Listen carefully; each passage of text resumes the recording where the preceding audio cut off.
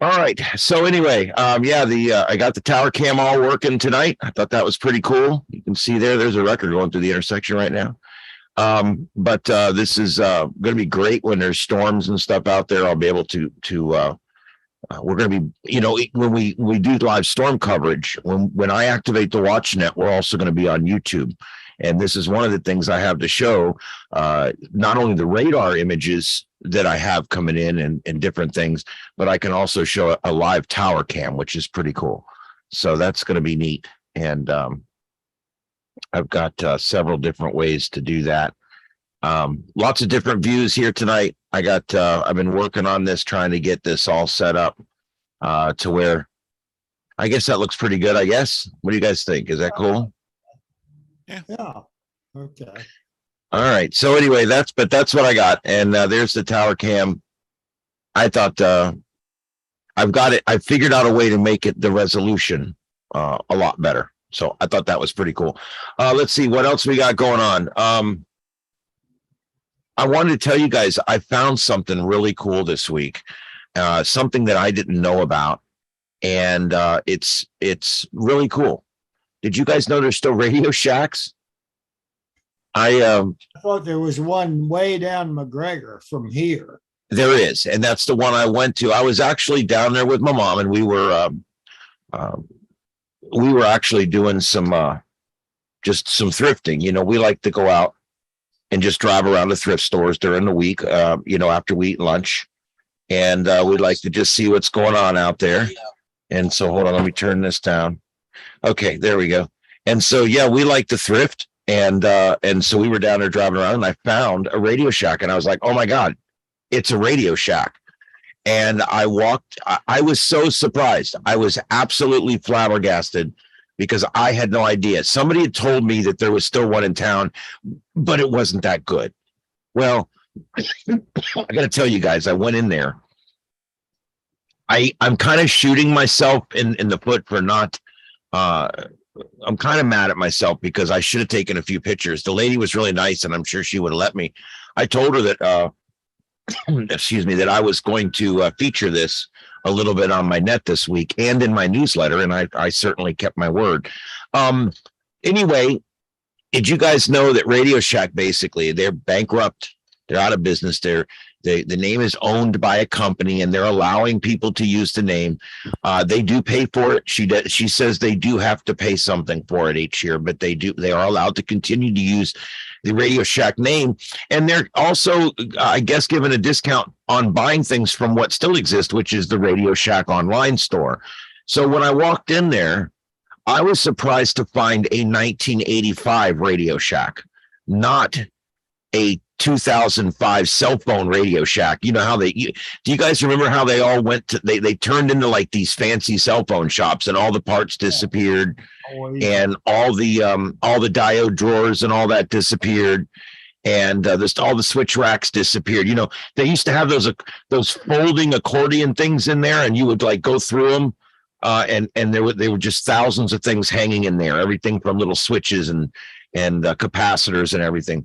And they don't quite have all that kind of stuff, but they do have all the switches and lights and little panel boxes.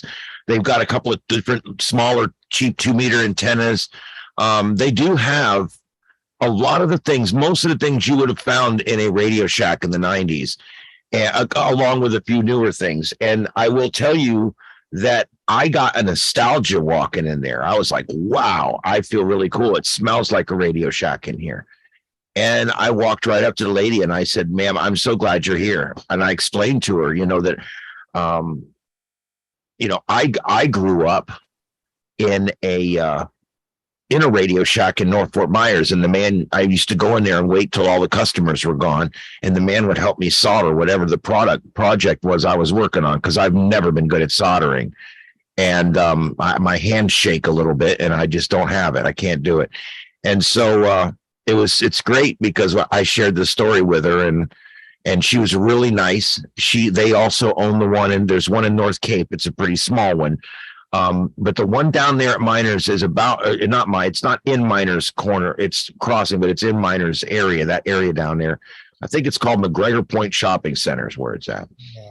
And it's really cool. I got the addresses here for you. That's a front of the actual building. I got that off of Google. And then down at the bottom, just for a little more nostalgia this evening, because I love Radio Shack. I mean, you guys know why it's named that. It's named after the ham shack. It was the Radio Shack. Yeah. And there it is. There's some pictures at the bottom, 60s, 70s, and 80s. And I thought that was really cool. You can tell in each picture what decade it's from, just from the paint job or the look of the building. I love these pictures, and I miss Radio Shack. I miss the days of being able to walk in there and buy things. I've never lived in a town with a ham radio store, so this is pretty cool. Anyway, I just wanted to bring that up. Does anybody have anything they'd like to talk about when it comes to Radio Shack? Yeah, I've got an old 1968 catalog somewhere. Oh, that's cool. Yeah, and I brought it with me when I had it up in Atlanta and everywhere. But yeah, it's a 1968 catalog. So I'll have to dig that out and scan it and put it on here so you can see what one looks like. But that would be cool. Yeah, because I mean, I started getting them probably the early 80s. I started getting them when I was 12 years old. I was early into electronics, very early. And God, I love Radio Shack. And I thought they were gone forever. I literally almost teared up a little bit when I walked in there. I was like, oh, damn, this is so cool. Is this a star? Is it real? Yeah. I mean, I knew they still had an online presence. And I figured if there were a couple of shops left, that it would be some kind of a They weren't name. Just in the U.S. I visited a Radio Shack in Marseille, France.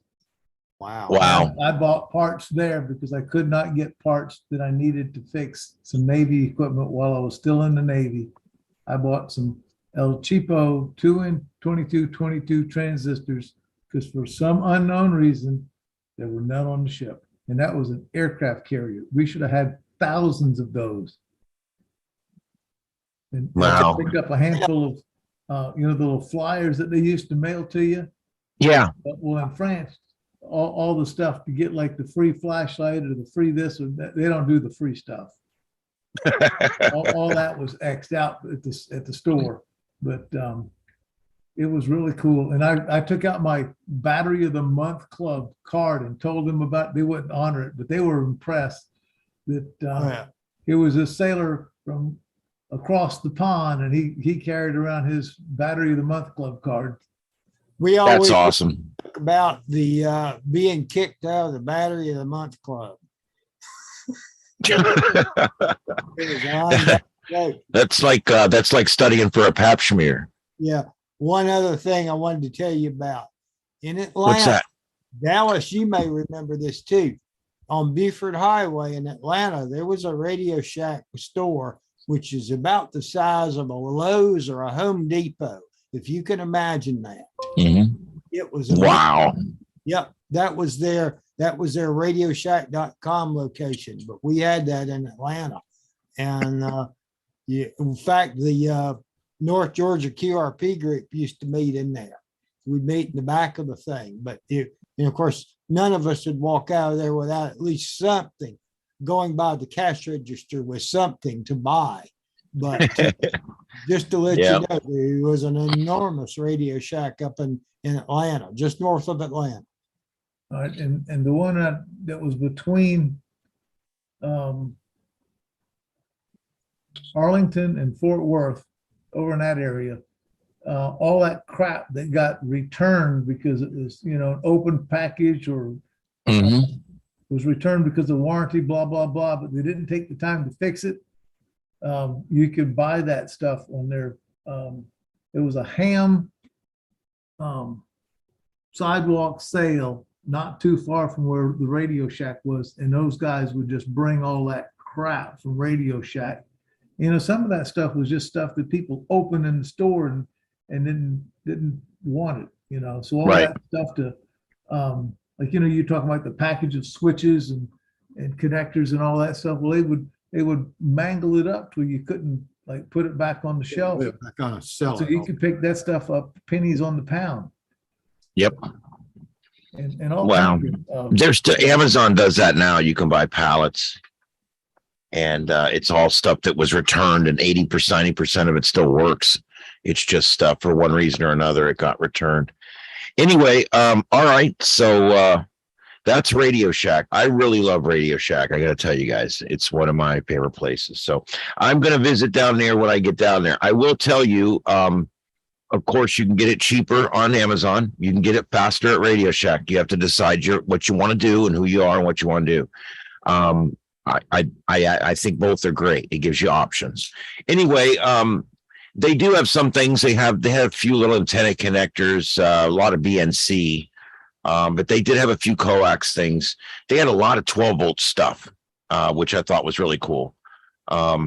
Everything from switches, connectors. You can make your own switch panels and stuff. All the stuff down there. So it was pretty cool. Anyway, I just wanted to bring that up because I just thought it was really neat that we do still have a Radio Shack. And You're a little hot like YouTube. They all sound fine, but you're a little hot. okay, thank you. My wife's now saying I'm hot on YouTube and everybody else is normal. So I'm going to come down just a little bit. How's that? Okay. Can everybody still hear me okay? Yeah, fine. If I go like this, can everybody still hear me okay? Yep. Okay. I can't hear anybody now. Oh, well. We're not talking. What the hell happened? You can't hear us because we decided not to talk. Uh-oh. I'm so sick of this Windows bullshit.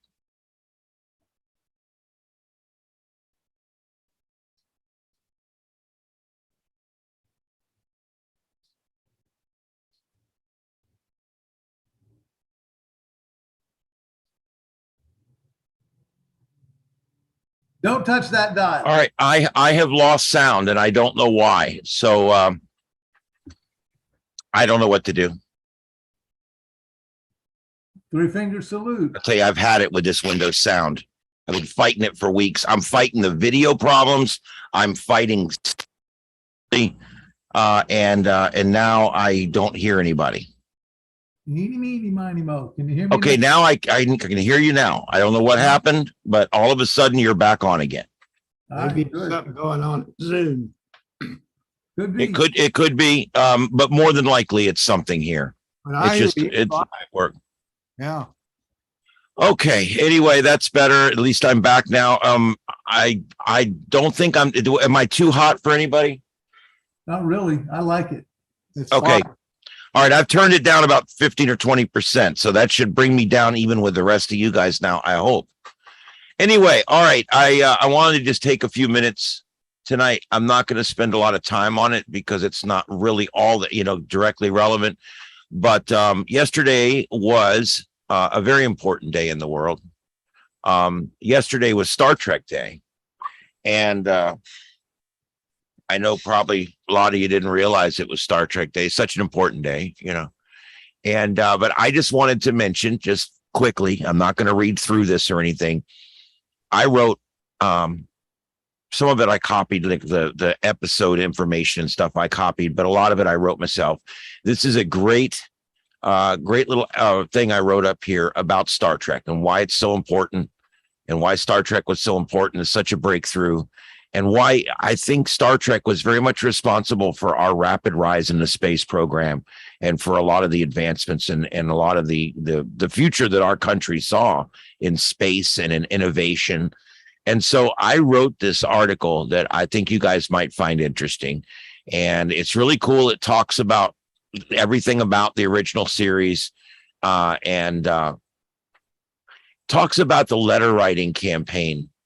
They received like 1 million letters, NBC. It's still to this day more letters than more physical letters than I think any other shows ever received. But anyway, I got all the series in here. You can take a look at them again. I'm not going to bore you with it, but there's so much Star Trek and people are like, well, I watched a little of this one, but it was okay. And I'm like, well, did you try this one? try this one. If any of you out there think you might want to get into Star Trek, call me. Call me on the phone. I'd be glad to talk Star Trek for an hour with you and tell you where you can start. Give you some of the best episodes to start with, some of the best series to start with, because there's so many of them. And there's all these new ones that are coming out. These are all still in run right now. All these Picard, Lower Decks, Prodigy, and Strange New Worlds, which is quickly becoming a very good Star Trek. I even got a great graphic on here. This shows you the last 56 years and where the timelines are for both the future and for the current. So it's pretty cool if you guys are into bar charts and stuff. These are the in canon centuries on the left, and these are the for us years on the bottom. It's pretty cool. Anyway, Quick question. Yeah. Do you know where the Star Trek series Strange New Worlds is available? Everything Star Trek, everything is now on Paramount Plus. Okay. Yeah, I don't necessarily like that myself, but I have no power over that. I will tell you, it's a mixed bag. And let me talk about this for just a minute, because this is important. A lot of people are like, there's some Trekkies that are like, I'm not paying for that. I'm not paying for something behind a paywall. I'm not doing it. Other Trekkies went out and downloaded it illegally somewhere. Other Trekkies went out and they paid it. They're like, look, I don't mind paying for my favorite show. It took me a while to come around. I'll be honest. It took me a long time to come around. At first I was like, you know something, this is bullshit. I've never paid for Star Trek and I'm not going to start today. But the truth is they're making a lot of it and it's really good. And there's no commercials. And so something's got to pay for it. Something's got to give. Okay. And I find this new Star Trek to be really, really good. And it's really woke, but that's political. So I'm not going to talk about it. It's a little woke. Star Trek's always been a little woke. So you just got to kind of put that in the back pocket and not worry about it. But for the most part, Star Trek is a great show. And it's always forward looking. And it's always intelligent. Forward looking? But it's not progressive. No, you know why it's forward looking? Why is that? They can't find reverse. Yeah, that's right. There is no reverse on a starship. No, Yeah. well, there most probably is. But did you ever listen to the song Star Trekking? I think a long time ago I heard that. Yeah. Yes, well, that was when I was in Scotland. That was the rage, and we actually bought the 45 of that. But the whole song goes on there. They're always going forward because they can't find reverse. Yeah. Well, and there's actually in Star Trek lore, there's some truth to that. I mean, you've got impulse engines that expel energy to the rear, and you've got warp engines that can warp space so that the ship can move forward. But technically speaking, there is no engines on the front to make it go backwards. So if you have to spin the thing around and put the engines facing the direction you're going and ignite them, but you never actually see that on the show because of because it's a show, whatever. Anyway, I love Star Trek. I think it's an amazing thing. And like I said, I just wanted to bring this to you guys' attention tonight, that it's 56 years ago yesterday. The very first episode, The Man Trap, aired on NBC at 8:30 p.m. in the prime time slot. And it aired to great ratings. Of course, it didn't keep those ratings, and there's various reasons why. Star Trek actually went off the air almost in disgrace, and it has become the largest television franchise in the world. It's almost one of those things where, you know how you hear about things that almost failed and now they're the biggest thing in the world? It almost didn't happen, and then it did. Well, this is one of those stories that almost didn't happen. Do you know who you could thank for Star Trek? I mean, you can thank, of course, Gene Roddenberry and DC Fontana, Dorothy Fontana. I'll call her Dorothy because I don't care if she's a man or a woman. She actually wrote under the name DC Fontana because women writers were not accepted very well in Hollywood in the 60s. So she wrote under DC. She later went on to form DC Comics, by the way. She was Gene Roddenberry's secretary and was proofreading, and they found out she could write. And next thing you know, she's writing. and she wrote a lot of the great episodes. Anyway, but there's so many other people that were involved in that. Do you know that Lucille Ball had a big part in Star Trek? Oh, it's news to me. That's news to everybody, isn't it? Let me tell you why. Why did that fall down? What the hell? Okay, everything's falling down over here. Must be an earthquake in Florida. Lucille Ball. Do you guys remember what used to come up at the end of the show? At the very end of the show, there's something that would come up and it would say what studio it was made at. Does anybody remember? Probably Desilu. Desilu. Do you guys know who owned Desilu at the time? Desi and Lucy. Oh, and, That's right. Well, Desi had sold her his part of it. It was her, pretty much. Yeah. And she was seen several times in there late at night, sweeping the sets of Star Trek. She owned that place and she worked there and she loved it and she cared for it and she nurtured it. And she believed in Gene and Star Trek when no one else did. And so to this day, even though I never liked any of her show, her show or any of that stuff, I'll always love that woman for what she did for Star Trek, because if it wasn't for her, we wouldn't have it.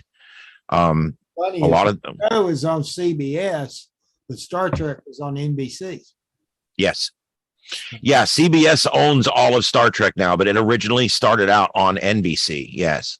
NBC, yeah. Yeah. And it's gone back and forth from different this, different that. And now it's back owned. The movie side and the TV side is back all owned by Paramount again.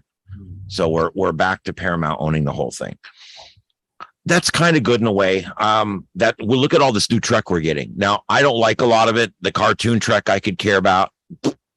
But I hear a lot of people like it. They say it's great, and that's great. As long as people are enjoying Trek, I'm happy.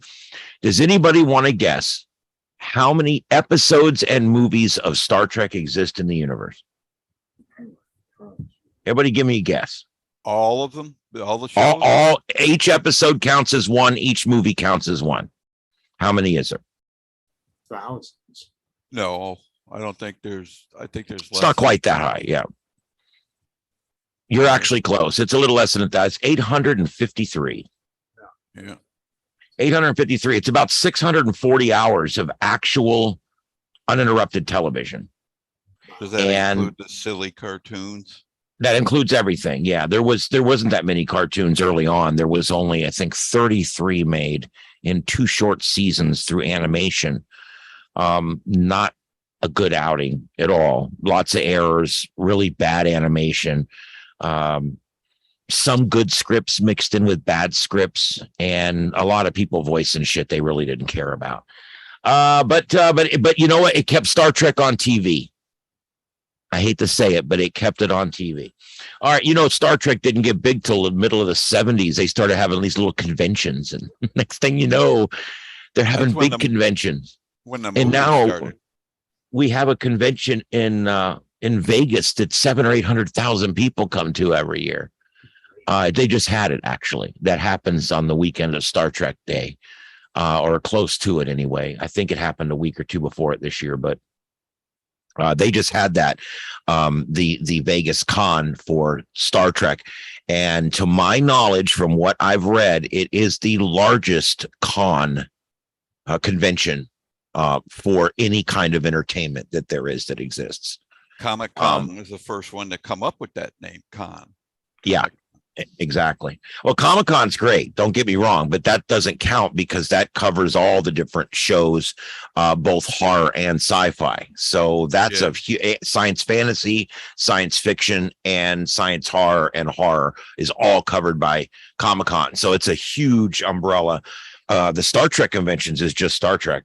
It's pretty amazing. My All wife, those people are pretty serious. my wife wanted to show up there dressed as like Space 1999 characters or something. And I told her, I said, are you going to get me beat? Yeah, we'll show up like colonial fighters, or we'll from Battlestar Galactica, or we'll show up as the commander and Barbara Bain from Space 1999. Or we could maybe, I wouldn't do this though, because it's disrespectful, but we could show up as Luke Skywalker and Princess Leia. Ever show up as Barbarella? There you go. Yeah. There you go. It's funny. They've got a night at the convention. Every night there's a costume contest. Everybody cosplays. That's another, everybody cosplays. When you walk into this thing, you'll think you're at a Federation convention because everybody there looks like they're from the future pretty much.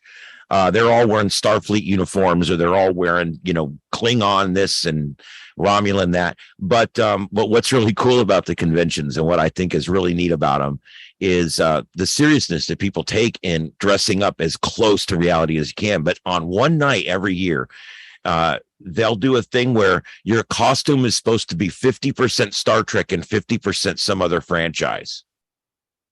And they'll literally have Darth Vader in a Starfleet uniform.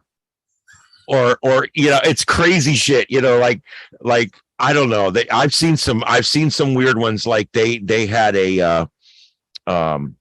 they've had different ones. Like there was one I saw that had a Battlestar Galactica character that had been assimilated by the Borg. Which I thought was pretty clever, but there's a lot of those. And I always thought that was pretty cool. It's the whole night. The only way you can get into this costume contest is to have a costume that's 50% Star Trek and 50% another sci-fi franchise.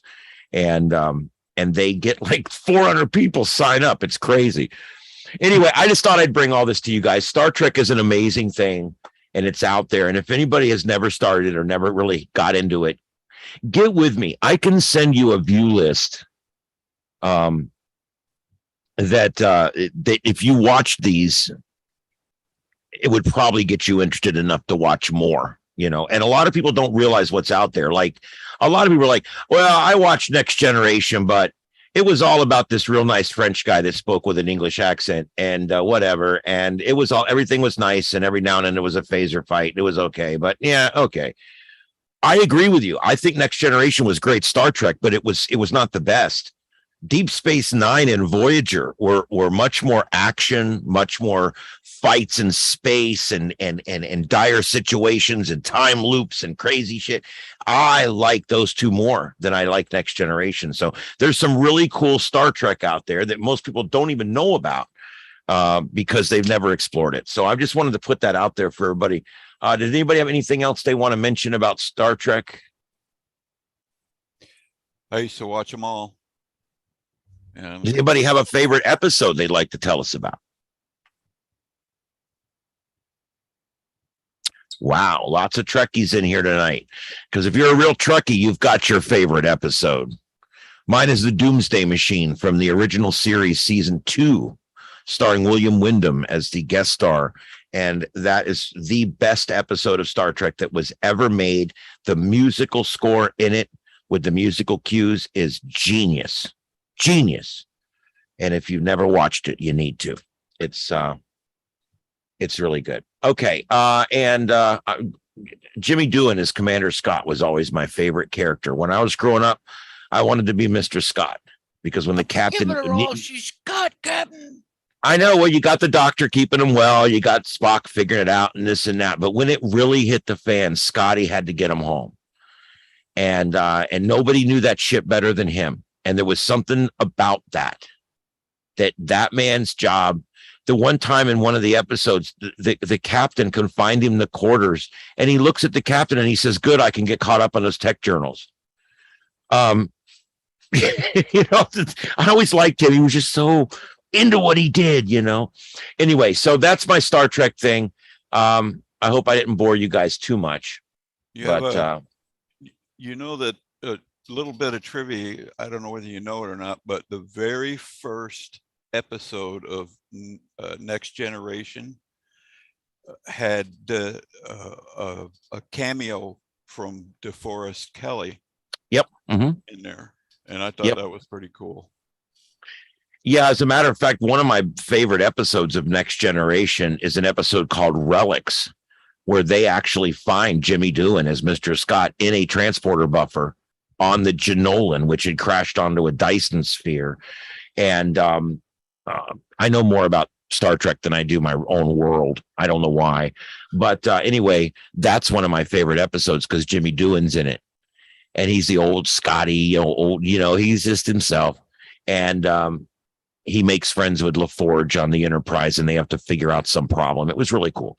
But that was a great episode. And then, of course, Leonard Nimoy made several cameo appearances on there in the 2-part episode called Unification.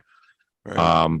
And that was a good one too, where he was on Romulus, and Picard had to go find him and let him know that his father, Sarek, had died. Anyway, I could sit and talk about Star Trek. Can I honestly tell you guys, had I not found ham radio and I did, I would be doing a Star Trek podcast right now. I mean, I was already in the works of doing it. I already had the graphics done, the name picked out, the website bought. I was already in the process of doing it. And then I realized I didn't need to take the Morse code anymore. And I went and studied, and a week later I'm a ham, and I decided I wanted to dive into this instead, because everybody and their mother does a podcast for Star Trek, and there's a million of them out there, and none of them are better than the other ones, really. With amateur radio, there's not a lot of people doing this kind of media in amateur radio, so I figured this is a probably a better thing, and I'm kind of glad that I chose to do this. Over that, even though that would have been a lot of fun, because I could talk about that all night long. All right, anything else on Star Trek? I'm switching gears. Switchy. Let's see here. Damn it. Windows, Bill Gates. All right, let's see here. Something weird kind of happened.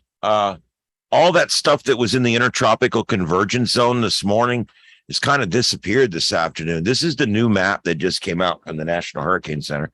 Yeah. And of course, you can see Earl's still up there doing his thing. It's going to jet out pretty quick and go extra tropical. But down here in the intertropical, we've got one now that bears watching. The last two that were there, if you remember this morning, there was 2 different blobs on there. They both disappeared. The models have really not held together and shown any genesis with those 2 systems. So they've kind of dropped them. We're going to look at the models here in just a second.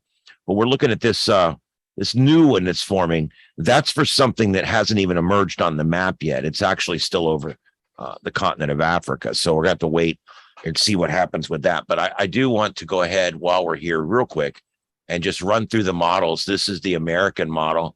Yes, I know how to do it. This is the American model, and we'll run this forward. Look, check there, that low pressure system there in the middle of the, right above the intertropical in the middle of the Atlantic. You'll see that it does. They show no genesis at all. And the other one is pretty much gone. It's done. And you can see why they took that off, because the GFS has actually completely lost that system, but it does get this third one that comes off, and there, look at that. It keeps it low. And look at that. It reaches the Windward Islands below 15 north. You guys know what that means. 20 north. If it reaches these upper Windward Islands, I know I probably make too much of this, but it's important to understand that the way this works, because we're, down here where we're at. What the hell? That could do another Andrew. It could. Yeah, it could. And that's why, there's a line here. It's 20 north. It's right along here. You guys can see that line I'm putting in there. That's 20 north. If it stays below, if it gets past this island chain right here before 20 north, if it goes in this way, it's a Gulf of Mexico storm. There's hardly any way around it unless it goes into Central America. So what we're basically looking for anytime we look at this is for storms to come across like that and be below this line right here. There's basically this imaginary line. It's not even that. It's 20 north is what it is. As these storms come across, if they're above right here, it's going to be an East Coast storm or a fish storm. But if it comes across and it comes into the island chains like this, whether it's up through the islands or whether it comes up below the islands. Either way, that usually ends up being a Florida or a Gulf of Mexico storm. So that's the only reason I bring that up right now is because this one is just showing me that that's what it's thinking about doing, is coming across and staying below. Look where this thing is. That's where it's showing the low right there. That's the GFS. That's pretty low. That's the line right there. Yeah. So that's a Gulf storm. The high, the Bermuda high has been almost over next to Europe the last several days. And this shows it out in the middle of the Atlantic, elongated toward Cape Hatteras. You'll Yep. notice that. And then let's do the euro real quick. See what they got. Let's see what we got. Now, the euro shows this low forming in the Gulf. I want you to kind of look at that too. We'll do the Atlantic first, and then I'll run it again so we can look at the Gulf. But in the Atlantic, notice that one also disappears. The lower one, it can't find Genesis. Notice how it just kind of rolls around. That's what they call it. It's not finding Genesis. It's not finding a center. It's not forming a storm. So nothing really there. So I can see, but oh, look, that strong one does come off of the coast. Yeah. And look at that. This one's wanting to take it north. This one takes it north. The euro takes it north. The euro also, which is interesting, and this is way, way out into the future. But the euro wants to try on the 16th, 17th, wants to form a low off of the Outer Banks. Yeah. But again, would be a fish storm, would be what we call a summertime nor'easter. It would basically just go up the coast. And then that other one, this one's showing it going out again. So this one's showing no threats for us for 12 days. Let's see. Let's do the CMC. Again, a little low in the Gulf, a little spin up, not going to do anything. The other one washes out. The other one kind of washes out. And then there's that one that comes off the coast, and it goes directly north. Yeah. So a lot's going to depend. I'm telling you, if there's ever anything to watch, you guys know what it is. It's that line. You know, once it gets across there, that's it. That's your line. And that decides whether it's going to be a Gulf storm or not. You know, Andrew came in and it kind of rode above these islands right here, and it went into Miami. Came right across to Miami to the other side and into Louisiana, didn't it? Yep, pretty much. Yeah, like that. So anyway, you go back to mouse, clear. I'm learning how to use this thing. I'm getting pretty good with it. Okay. Any more questions? I don't think we really have anything else to show you. This is Earl. If anybody cares about Earl, nobody cares about Earl. Okay. First of all, I don't know why nobody cares about Earl. I think he's just pissing off fish right now. But there he is. There's Earl. Okay. And the latest visible. Let me see if. Yeah, there's the latest visible. And But it's going with some lightning in it. yeah, and you know, it is actually it's trying to form up a pretty decent symmetrical eye. Yeah. But again, it's not going to affect anybody. And this is they were running tracks on this one, but now they're kind of saying this one is not going to happen. And then of course there's Danielle. Nobody cares about Danielle either. She's going to hit Spain as a rain. No big deal there. Okay, so that's the tropics. Space weather. The sun is quiet right now. Would you believe that? It's really quiet right now. It's kind of cool. I thought this was a neat thing. This is when they were releasing the Starlink satellites, this guy was able to take a time-lapse picture and capture the string of satellites as they were being deployed. Now, at this rate, at this time, they were just deployed. So they were still fairly low in the atmosphere. But as they rose, they got further away and you can't see them that well anymore. But it was neat to see that, I'm sure, to be able to see that. Let's see if I can get it to play here. I thought that was really cool. Look at that. Is that neat or what? It's a video. If I saw that, I would think that it was a bunch of aliens on the way Yep. in. Well, I see the blinking one at the front. It's got red nose on it. I think that's Santa Claus. Uh-huh. And Yeah. Rudolph. He's not going to your house this year. Must be with inflation. It takes 27 deer now. It does look like deer climbing in the atmosphere. By the way, anybody that cares, they did reschedule the Artemis launch for, I think, September 23rd, maybe. Oh, wow. But you can check various sources. But Well, at least they're going to get around to it. it's disappointing for all of the excitement, and then it doesn't go anywhere. That's, and I'm going to tell you something. I see both sides of this. There's some of those coins out there where you just see both sides very clearly. And, we don't want to ruin the spacecraft. We want it to, even though there's not going to be people on it, we don't want anything to happen. And we want it to be successful, because if we don't get a successful flight this time, we don't send people next time. And I understand wanting to go back to the moon. I guess my biggest question is, why did we stop going? One of the biggest, it's a mystery we used to cover on my paranormal show years ago. Why did we stop going to the moon? How did I've got we some lose so theories. much of the information on how to do that?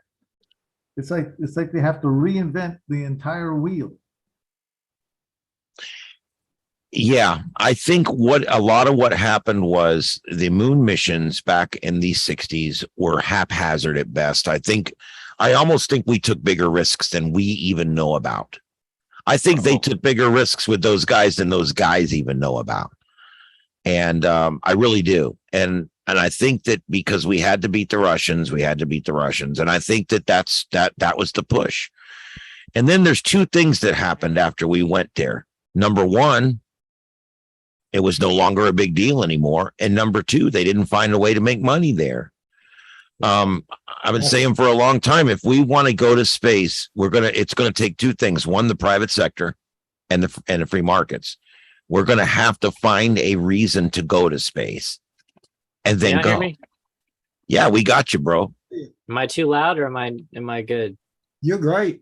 Okay, Sounds good to me. I was trying to talk earlier and it wasn't coming through for some reason. I don't know what was wrong with We were probably ignoring you, I'm sure. it. As you But, do. yeah. I was trying to say that Artemis is probably never going to launch, and Starship is probably going to launch before Artemis ever does, because NASA can't do anything right anymore. It's a shame. I have a love-hate with NASA. I really do. And, it is our space program. I support it, but man, sometimes it just drives me nuts the way they do this. But you can't launch with a leaky hydrogen valve. I mean, let's get serious. Yeah, of course not. But their process for building stuff is so messed up that Yeah. like they have to get approval for every single little thing, and it has to be bought from a specific company because they have contracts from that company. You can't get it anywhere else. Yep. But they're just extremely slow and limited in the way they operate, and it's just ridiculous. It needs to be completely deleted.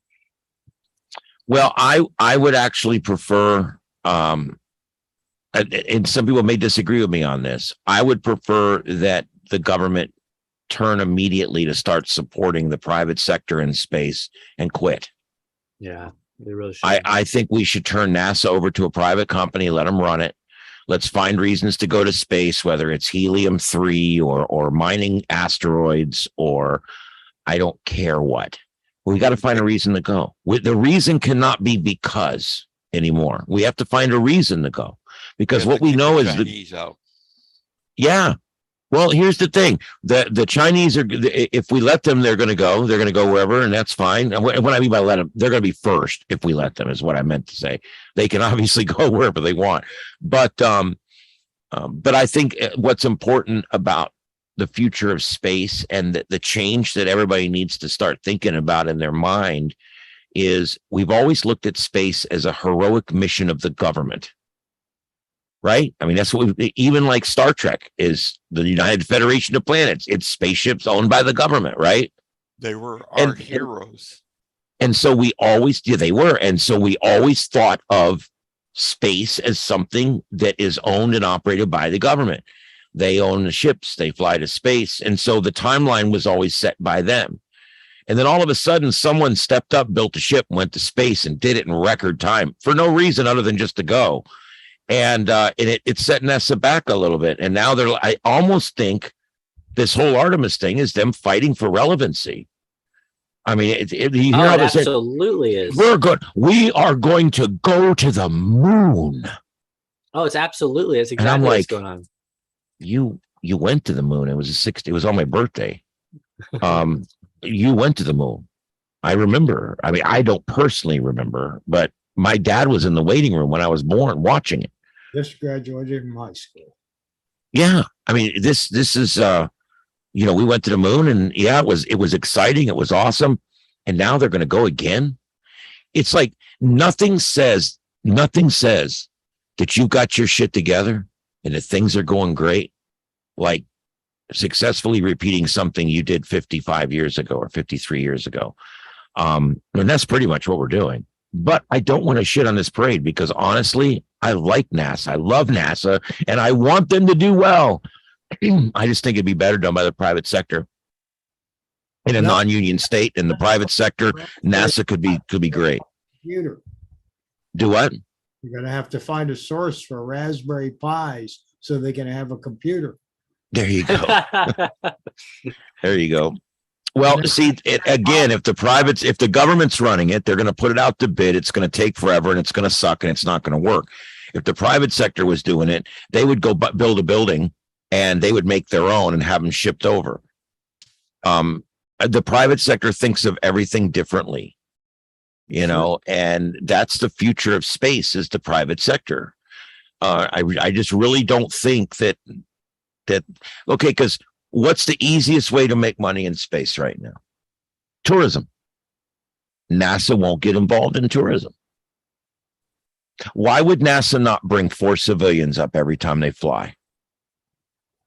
You get $4 million a piece. That's $16 million. That at least buys the fuel. I mean, come on, think about it, right? But NASA refuses to do space commerce or space tourism. So they've had to survive completely on the tax money and completely on us and completely on that. They did some of that, sending people up into space. Yeah, I'm not going to say they've never done it, but they've not wanted to do it. It's not been something they've done a lot of. The really famous flight for that was when the Challenger blew up and took out a beloved school teacher, and all her students watched. Her whole school. Yeah, that was Krista McCullough, and that was the Discovery mission or Challenger. I'm sorry, Challenger. That was the Challenger mission. Yeah. That's one of those ones you remember where you were that day. I used to hear people talk about, my grandma used to tell me where she was standing when she heard about Pearl Harbor. I was when I heard about 9/11. 9/11 is another one. It's one of JFK's assassination. That was another one that was just before I was born. But You're young. those are those days that you remember, days that live in infamy.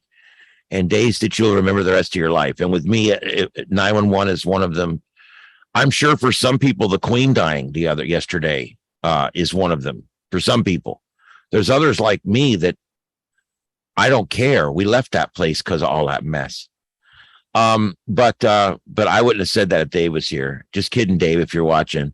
Anyway, but yeah, I know that like on 9/11, I know exactly where I was, and the same thing with that. But anyway, so let's see here. I want to go ahead and move on to the next thing here. Does anybody have anything else on that? All right, very good. All right. The next thing I want to talk to you guys about, and I need your help. And I know this is going to be a little more interesting probably to the local folks, but I need everybody's help on it. What I've done is I decided we need a better resource guide here in Southwest Florida. And so I built an amateur radio guide a long time ago, and we're going to look at that later after we do this part. I built a 4-page amateur radio guide, and I still stand behind that. I like it. And I'm going to be merging that with this new guide that I'm making. And I'm going to be putting some new stuff on the old guide and taking some of the stuff off of there because it's going to be on the new guide. And eventually it's going to all be merged into an 8-page document, front and back.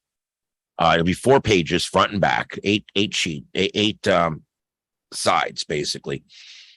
And it will be the comprehensive guide that you can hand to a brand new ham. And it's got everything. It's got maps with all the repeater maps. It's got all the information you could ever want. Well, what I'm working on right now is specifically the part for the repeaters. And there's so many lists around and they're all incomplete. And what really needs to happen is we need to have a standard frequency list for Southwest Florida. We kind of have one now. They call it the Lee County Area Standard Frequency List. That's kind of the one everybody uses right now as the standard frequency list. So what I've done is I've started that as a base, and I've kept all the frequencies the same.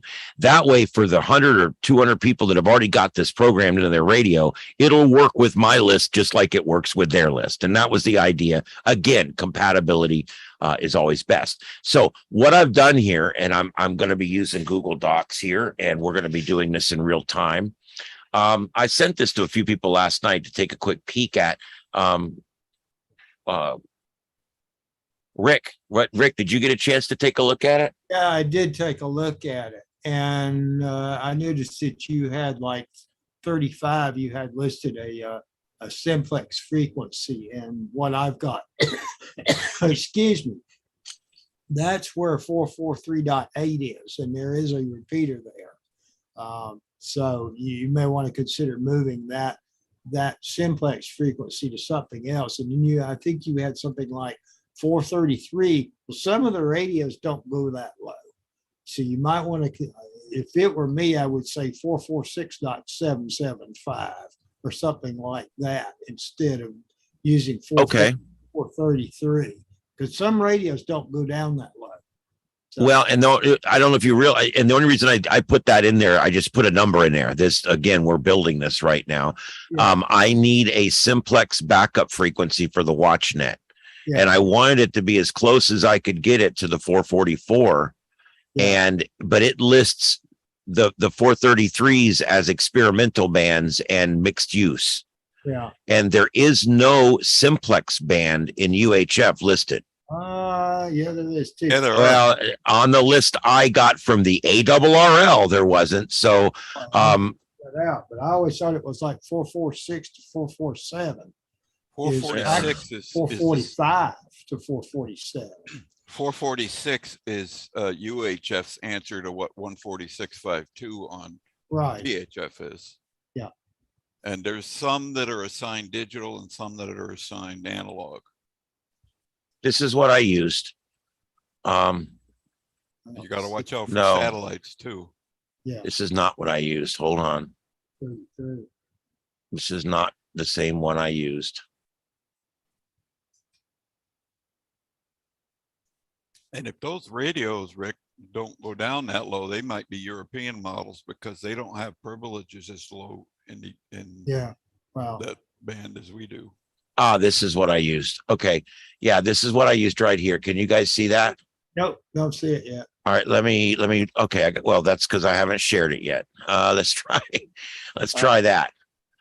This is what this is what I used to come up with that. And I didn't know, when I get down to the 433s right here, you're in a mixed mode, weak signal. But where am I? I'm not going to say the word aloud because I understand this is a gentleman's agreement, but I want to be a gentleman about it if I can. Yeah. Well, sorry, like I said, you go down and look at 445 to 447, sure by auxiliary and control links, repeater simplex. Doesn't Florida have a repeater plan of their own? Is Florida part of? It's called FADCA, Florida, I forget the name of it. It used to be Florida Repeater Council, and they went extinct or went non-functional. So this new organization kind of took over. Wouldn't It's- they have their own repeater pair and simplex band plan? Yeah, I They're think using so. something that's from the ARRL, which has been superseded by whatever's local. Yeah, it is superseded by whatever's local. You'd have to look at the plan for, it's called FADCA or FADCA or something like that. It's the organization which took over, and you can look it up and see if it shows up. FADCA, Delta, not Bravo.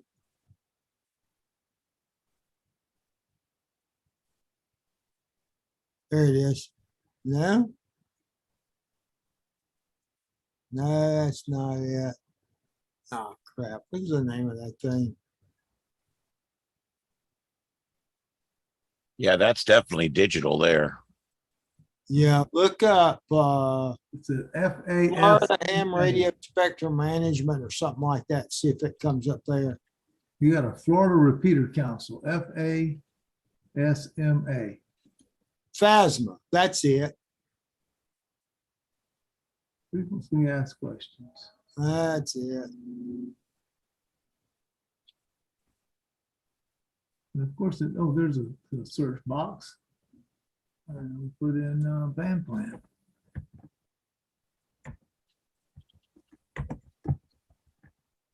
Watch it say, nah, ain't got one. Yeah, that would be kind of the pits.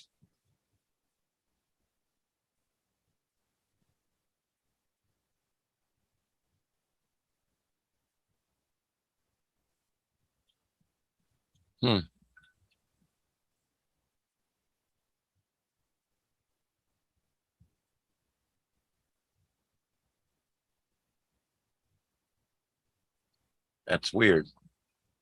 It doesn't seem like they have anything like that.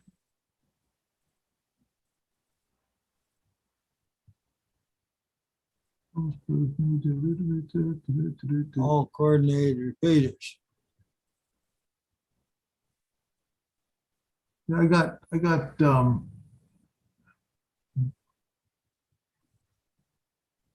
in Texas, it was just too easy. Yeah.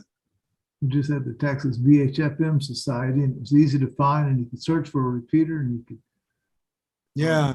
forms find- and apply for a repeater, and then it's a George. you can't put one there, but if you move 12 miles this way, you can get any one of these frequencies coordinated. They worked with you really well. Yeah. All right, well, I'm going to put question marks. And Yeah. I'm also, I'll take it off of 35. the list you have says 35 is already being used. Yeah, 35 has already been used. I don't have 35 on my Aries standard frequency list, and I thought I Sure. had the latest one. Huh. So You may is there not- do you have anything on 33? Let's see. I got my radio on. 33 444 750. Why do I not have these? I don't know. You must not have the latest list. Because the latest one came out in February, I think, of this year. See, I don't have that one. They don't send me anything. So You whatever you got to know what it's on the Aries website. all right. I've sent you anything. What you got to do is go in there, go through the, let me see what it is. See if I can find it real quick. We got some storms coming in too. I was wondering, I don't see any lightning out there. It's coming. Yeah, there's some stuff coming in off the Gulf. Aries. All right. So we're going to get back to this in just a minute. Let me, Yeah, look at Aries races dash Lee County FL.org.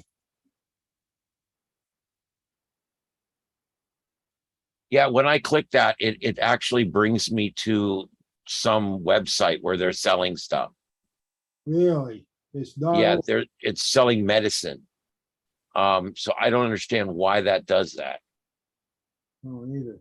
Let me try a different browser. Aries Races dash Lee County FL.org.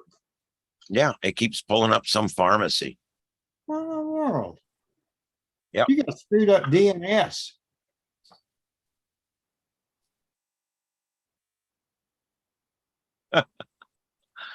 Oh my God. Yeah, I don't know. I'm not worried about it. Let's just talk about what we got here and say screw it. Okay. What I'm basically trying to do here is I'm trying to, and I'll have to go back now. Rick, maybe you can send me that or something. I'm gonna have to go back and add everything to it and reshuffle everything. It's discouraging that I've done all this and I don't have all the information. But anyway, Yeah, well, this always happens when you try to put stuff like this together. And you're gonna have to revise it and to get it all right. Yeah, revision February 2022. yeah, mine must be an older one. So, okay. So anyway, I want to show you guys what I decided to do was separate things by Aries and by the WatchNet. And so the channels that are monitored by the WatchNet are blue, and the channels that are monitored by Aries are red. And then, of course, if Aries goes into a simplex mode, you switch to green. Yeah. I thought that worked pretty good, and that keeps things separated. Another thing I'm doing on this sheet is I'm going to have some of the nets on here. Some of the better nets. I'm not putting them all. I'm not putting club nets on here for each county or any of that stuff, but I'm putting the evening nets that a lot of people come to. I'm going to go ahead and put in there. And so you can see I've got those there. I also came up with symbols for everything because symbols are easier to find sometimes. And so I'm trying to put a symbol there so that you know what that repeater does. I added the 220 on channel 11. They may have added that somewhere else.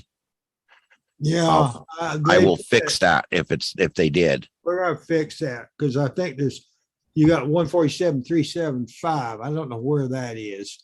That's what I've got on my radio. I've got the radio right here, so that's what I'm looking at. All right. Well, yeah, I'm gonna need that new list because I've got a lot of work to do this weekend to get this thing fixed. But anyway, if there's anybody out there that knows anything about Charlotte or Collier, we haven't seen Dave in like 4 or 5 weeks. I hope everything's okay with him. I hope we haven't had anything happen. He's got What's his call? Charlotte, Henry, and Collier are all listed. And you've got the So, two listed What's in. his call sign? The guy you haven't heard from. Dave, I don't know what Dave's call sign is. I have it, but I can't get it right. AC3AV.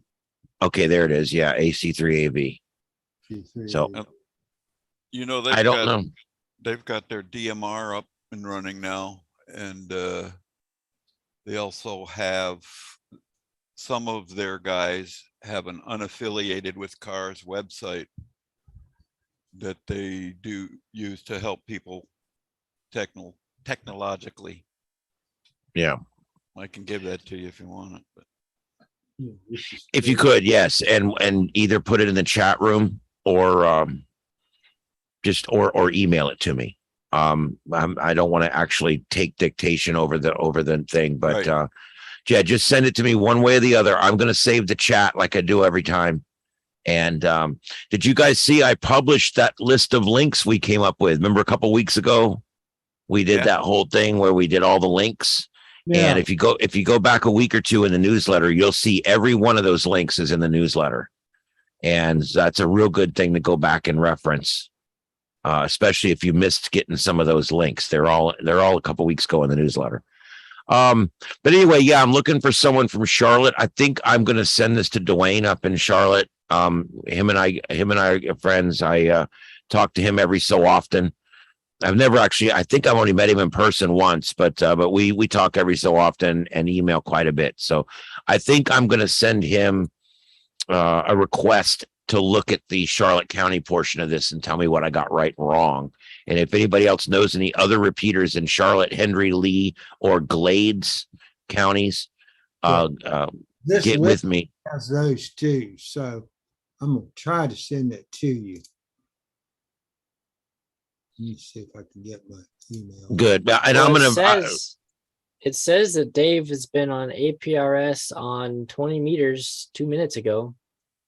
So he's not like in the hospital or anything. I don't think he's just not on here.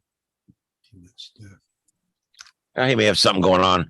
I'm going to strive to get a hold of him this weekend and make sure everything's okay, and see if he'll look at these frequencies for me, because Collier has a lot of frequencies listed here, and I don't know the first thing about any of this Collier County stuff. I know a so few of them. I know a few of the Collier County systems, but I only know like 4 of the main ones. The N5 ICT is the main one, like the biggest one. KC4 RPP is another that's fairly big, and there's one more in there, I think, that I recognized. I guess It's just Lee County is such a long county that, you know, even when I had my dual Yagis up there working great, they still work, but they don't work that great. I've got weather and connections and things. But even when they were working great, I couldn't hit Collier County repeaters to save my life. I could hit the one in Verna up 2 counties north of here, but I traversing over the top of Fort Myers and South Fort Myers and getting all the way down past Stero and Bonita. And by the time you get to Collier County and then get down into Collier County, which is twice as big as Lee County, the mileage is so far and you're going over so much city that I could never get anything down there. I hit every repeater in Charlotte County. I get full quieting on most of them, but not Collier, because I'm way up here on the north end. All right. So anyway, that's my project that I'm working on. And if anybody has any suggestions, I'll take them either now or later, either in email, or you can send me an email. You can also put it in the chat room, or you can tell me verbally, however you want to do it. Or you can send me an email to call me, and I'll give you my phone number. You can give me a call over the weekend sometime, and we can work on it. I really give you my suggestion. Yeah, go ahead. All right, so if I could share my screen, I can show you the one that we use here, but this is out of date because I've already updated it, but I've lost it. They're outdated about the day you print them. Well, no. Because things just change so fast. I can't find it where it's out on the internet because I do everything in Google Docs, but I did it local one day, and this is before I put it to Google Docs, and now I can't find it in Google Docs. But I'll find it tomorrow. So let me share my screen with you guys. Where you Yep, at? you can. Where's the button, folks? That's all that stuff's hidden. Put your mouse down. That screen, share. Okay, this one here where I've got all the frequencies. What this lets me do is I can put my radio up here. Can y'all see my pointer and all that stuff?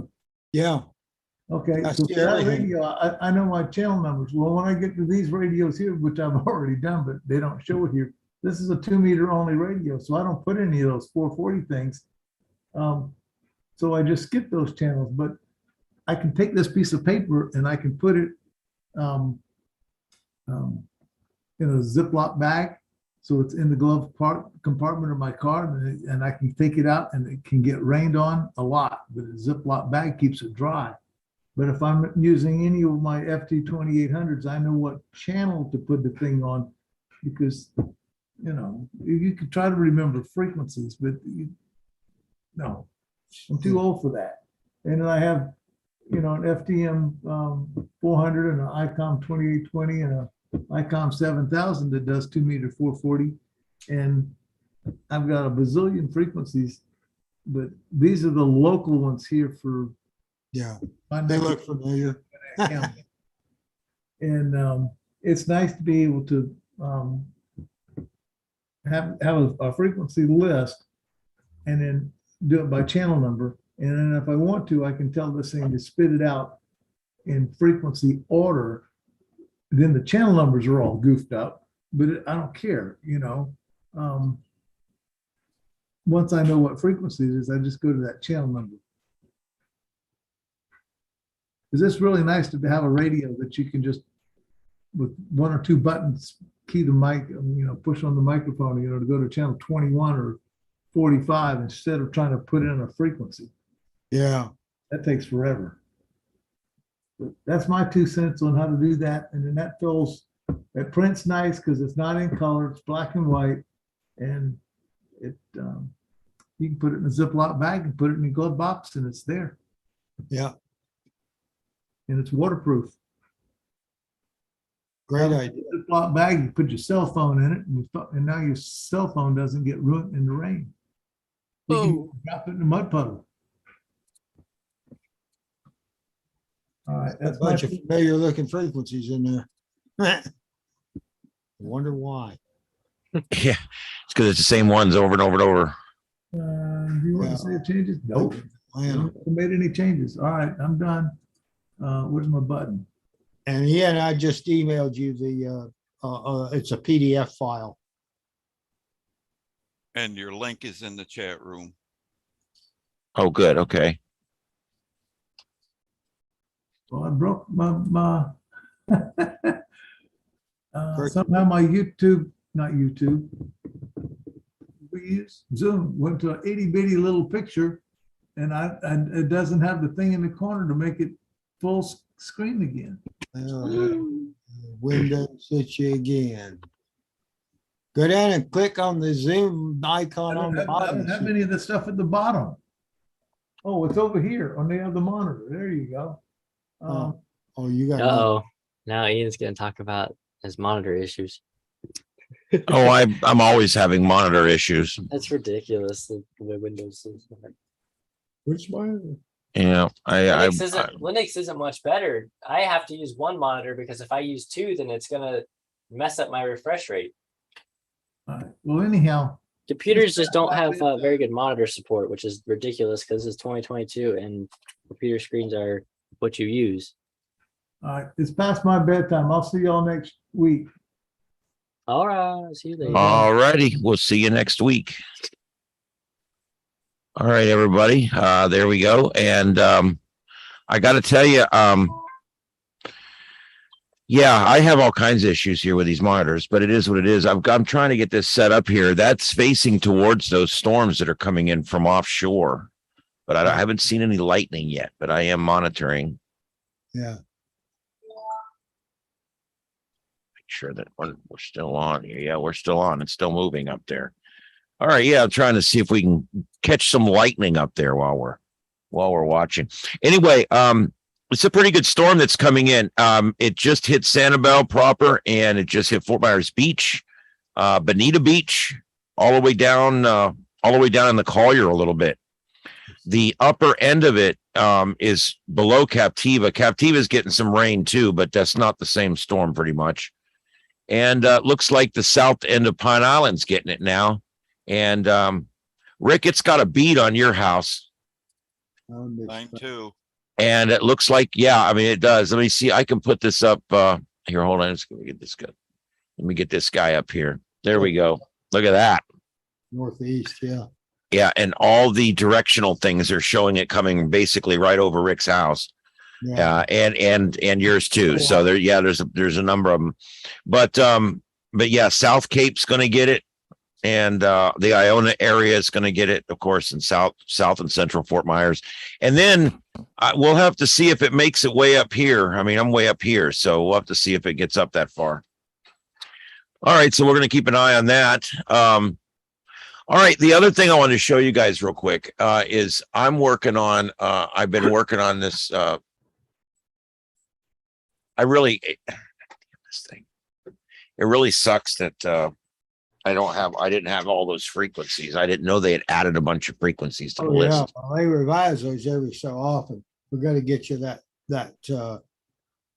link to that site, but I wanted to send you the file anyway, but it was revised back in February.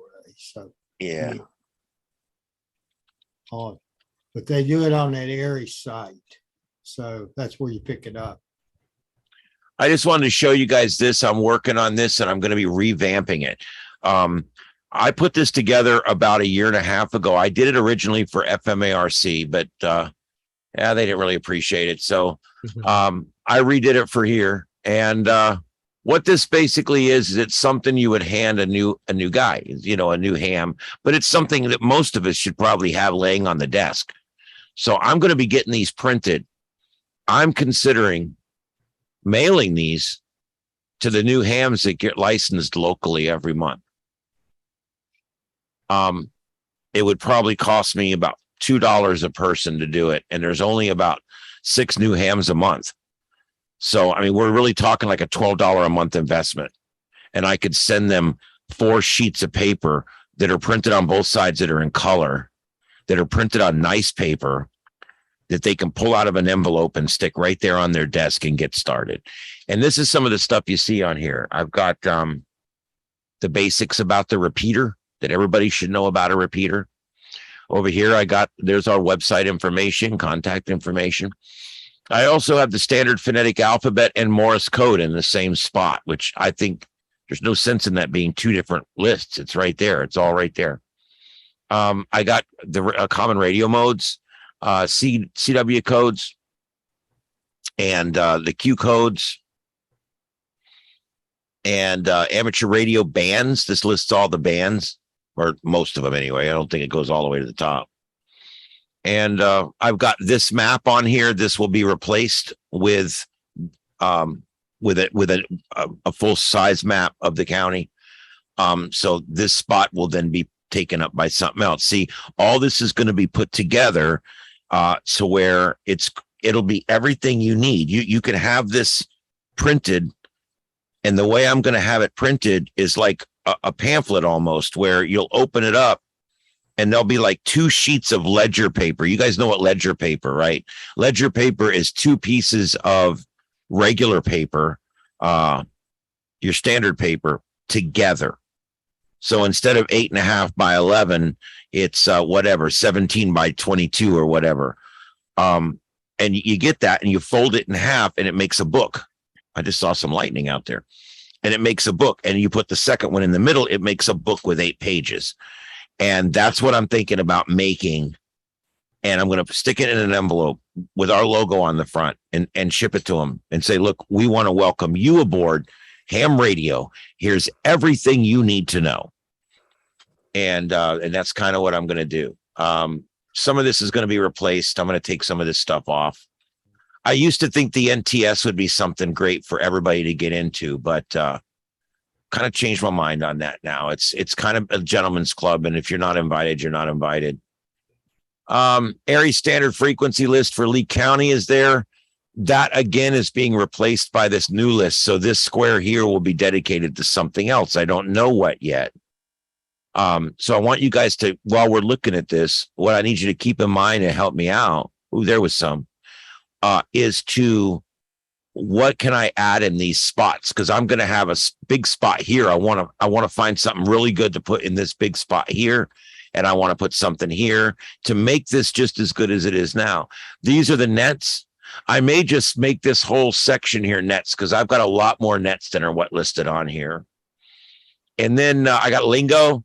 I thought this was pretty cool. This is something you don't find a lot in ham radio, but you need to know what these words mean. Now, most of us already know what all this means by now, but not because we had a sheet, but because we learned it along the way.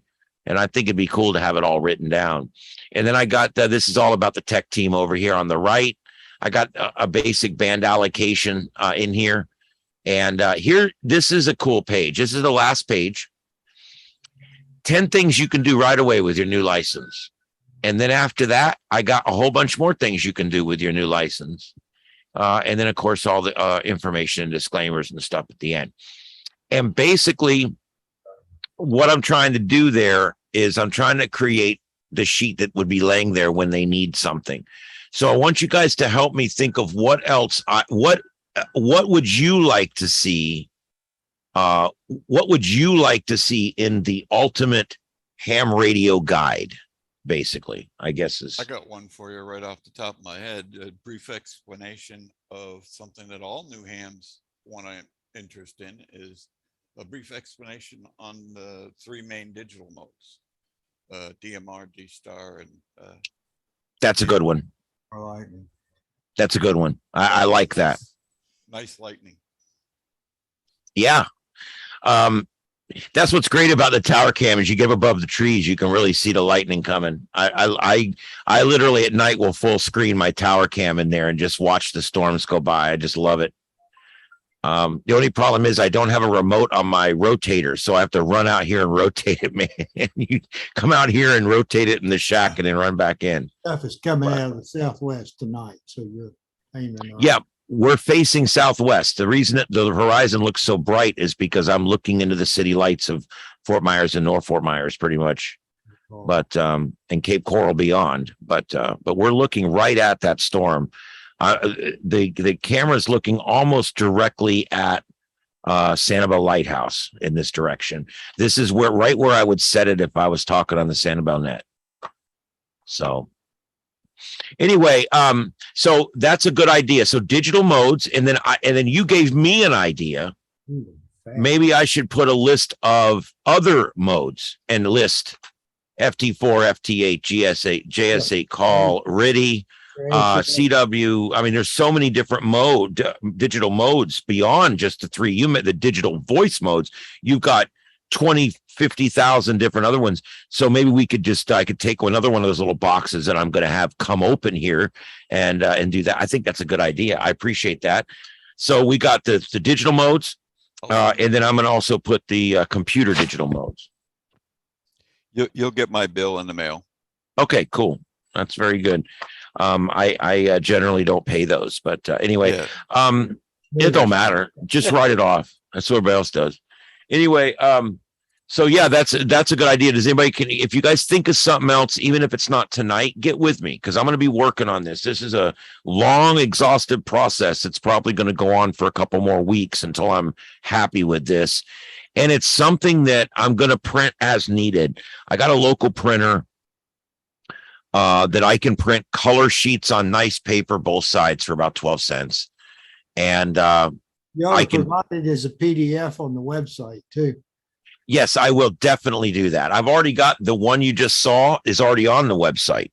Yeah. And eventually this will all be in that package that's on the website. And you can just click print and print it, or you can download the PDF. It's a PDF you should have in your computer though, and not on the internet. You should have it saved in your hard drive because if something ever happened, you could still, get your computer to come up without the internet. You would still have all of that valuable information. So definitely would be a good idea. But yeah, so I think this is gonna be really cool. Anyway, that's what I have for tonight. And I really feel a little unprepared because I really didn't realize all those frequencies that changed. What was that, Rick? Something else you might include is telephone numbers for emergency agencies, police, fire, and all that kind of thing. Well, since we are on the side of emergency services, maybe that is a good idea to go ahead and add some emergency information in there. Yeah. Yeah, that would work. Your- That would work. your That's a no good idea. Frequency ought to be in there, just all kinds of stuff like that. Oh, that's another one. I could put the three local NOAA weather radio frequencies, Lee, Charlotte, and Collier. Yeah. The 911 logo you probably pick up somewhere. Yep. Yeah, see, that's all good stuff. And if I take all the stuff off this I don't need on here anymore and put that stuff in here and then have the other 2 pages plus the 2 pages of maps, my maps page is going to be, let me show you guys the map. I don't think I showed you guys the map. Maybe I did, but here, let me show you the map again. Let me turn it on here. This is the map. And let me see if I can get rid of some of this crap at the top so you can actually see the whole thing. There we go. Look at that. There's the map. And I'm trying to come up with something so that you can just visually look at it and see where everything's at. The circle is close to the center of the repeaters in that area. And the circle represents a 5-mile radii. So if you want to look at, like in Lehigh, all those repeaters are not right under those numbers, but those 4 repeaters are in that radii, and that's about where you can get them out there. So I don't even have exact locations for some of the repeaters, but this way it gets you close. You see there, 20, you can see right where it's at by going by the color circle. 3, down by the college, you can see that's real easy. And you can even, when you go up to the top here, you can see I've got, there's the 685 right there. 29 is the Sarnet computer, the Sarnet repeater, which I used to think when I started was out here by the interstate, but it's not. It's actually on the DOT building behind Home Depot in North Fort Myers. So if you're south of San Carlos or Estero, you may try the Collier one. It might be better. I don't know. Is that on the air now? Don't know. It shows it is on the air on the Sarnet site. Sarnet has been on quite active here the last few days. Yeah. They've had I listen to Sarnet. they've had a lot of people in there that have been harassing and sirens and What? Was this Really? about harassment on the air? yeah, right. Oh my God. Well, somebody needs to lose their license. You just lost your license. You just lost your license, son. Well, I know they were working on zoning in on which repeater it was coming from. Oh, those guys Well- talk such a big game. They have no idea what course. they're doing. But the truth is that they will easily figure out what repeater it's coming from. And you know how they're going to curb it. They'll just disconnect that repeater for a month and then turn it back on. That's literally how they fix this problem. They take the fun away and you find something else to go do, and then they turn the repeater back on. But anyway, so this is the other part of it. I'm going to have a Lee map, and then I'm going to have a smaller Collier and Charlotte map. And then below that will be the Sarnet map. So all that will be included in this as well. So could you imagine having this resource on your desk, a resource that you would have when the power's out, a resource that you would have no matter what's going on in the world. And it's in paper, it's in printed form, it's on good paper that could get wet and it would still be usable. That's what I'm wanting to do. I may even one day give these away for a $2 donation or something. You know what I'm saying? It's something like that, to where I want to get this in as many hands as I can, because if you look at what's available out there, it's not comprehensive. There's no one-stop shop for all this information until now. And I want this to eventually, once I get this out, see how it goes. I want to eventually re-release one that's not a local version, but a neutral version that would work anywhere. But that's later on. Right now, I want to release one that's good for all of Southwest Florida. That's another thing. Everything's done by county. Charlotte's got their stuff. Collier's got their stuff. Lee's got their stuff, with their clubs. What I would like to see is more standardization even amongst the counties, and get something that works for all the counties. Like you said, emergency phone numbers. That would be great. Lee, Collier, Charlotte, Henry, Glades. I could get all that in one little box. Have the number for fire and EMS dispatch directly, and the number for the sheriff's department directly, and the number for EOC directly for each county. That's really all you need, in case the 911 system's down or whatever. I think that's a good idea. I also want to get, I believe I also want to include information on how to send emails to the EOC during emergencies, but I don't have that information yet. So maybe somebody can help me with that too. I thought that would be nice to include, and maybe even some information on WinLink too. I don't know. There's just so much stuff. A lot of stuff. Ham radio just is deep. It's so deep. All right. Anyway, that's what I have. Is there anything else on that, or any other suggestions? If you don't have them tonight, get them to me, because I'm going to be doing that. That concludes what I have for tonight. So let's open it up to everybody else and see what's going on. Joseph, what you got going on up in Alabama? How do you say I'm Alabama? Alabama, Battery, Alabama. You say Guys, Bammy. Bammy? Is it Bammy? They in Miami they call me Bam Bam. And it's funny, the old timers call Miami, Miami. Oh, Miami. yeah. Yeah. All the old troopers and all the old guys I used to be friends with when I was a cop and all that, they all called it Miami. They get on and they go, 1435 Miami, on 1050. Well, they also say, yeah, we got a tornado coming through here. Got a tornado, Hurricane. We got a a hurricane. hurricane and a tornado. The I love- residents of Miami now, they say, Mia, Mia. Yeah, they do. Yep. Well, we don't have a lot going on up here, except I did hear back from the tower people. They're gonna send me a quote on Monday. I got a bunch of pictures of the tower site. They're on my phone, but I went out there to visit the actual location, and it's an unused tower site. Who is trying to sneak in? Go away. It's an unused tower site. There's nobody, other customers on it right now. There's also no building and no concrete pad and no power. There's a meter base there with no meter in it, so they'd have to hook up that. And they told me in the email they could pour a 3x3 concrete pad, but we would have to put some kind of A cabinet. Dead or something. we'd have to put a cabinet out there, which is not a huge problem, but those can be really expensive if they want like a certain certified cabinet or something. Well, the issue with those is they're subject to the elements. Where if you're in a seed room, it's climate controlled. That's the one thing. Yeah, it has some issues. Normally with the repeater, the area that it's in has trees really high around it, so it's going to have shade most of the time. And we'll make sure it's got ventilation and stuff like that. I'm not too worried about the temperatures, but it is just another thing that we'll have to do. But I'm hoping that it won't be too expensive for us to do it, because I really want to get the system up on the air and get our own repeater going. Because everything is just Sometime gotten on these so tower ridiculous. climbs, the feed line ends up being one of your more expensive things. If you address Yeah. feed line, They don't let you use like LMR 400.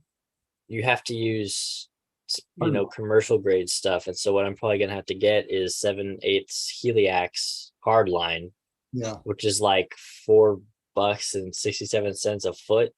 And how Imagine you tall is spending the tower? tower is 190 feet. The antenna would probably be connected right around 180 feet. So that's 180 feet plus the amount needed to get into the cabinet. So you're looking at like 200 200 feet worth feet. at $4.50 a foot. Like golly, it's like $900 or something Yeah. crazy. I mean, expensive. The well, I know other it's like part- when people say, "Well, look, I got some tower space and I got the radio and I got the antenna," and I'm like, "Okay, we're almost there, but that feed line can really be expensive."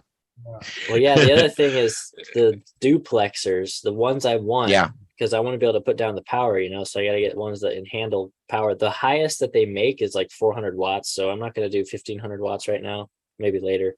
Probably gonna be But they cost like $3,200 for these duplexers.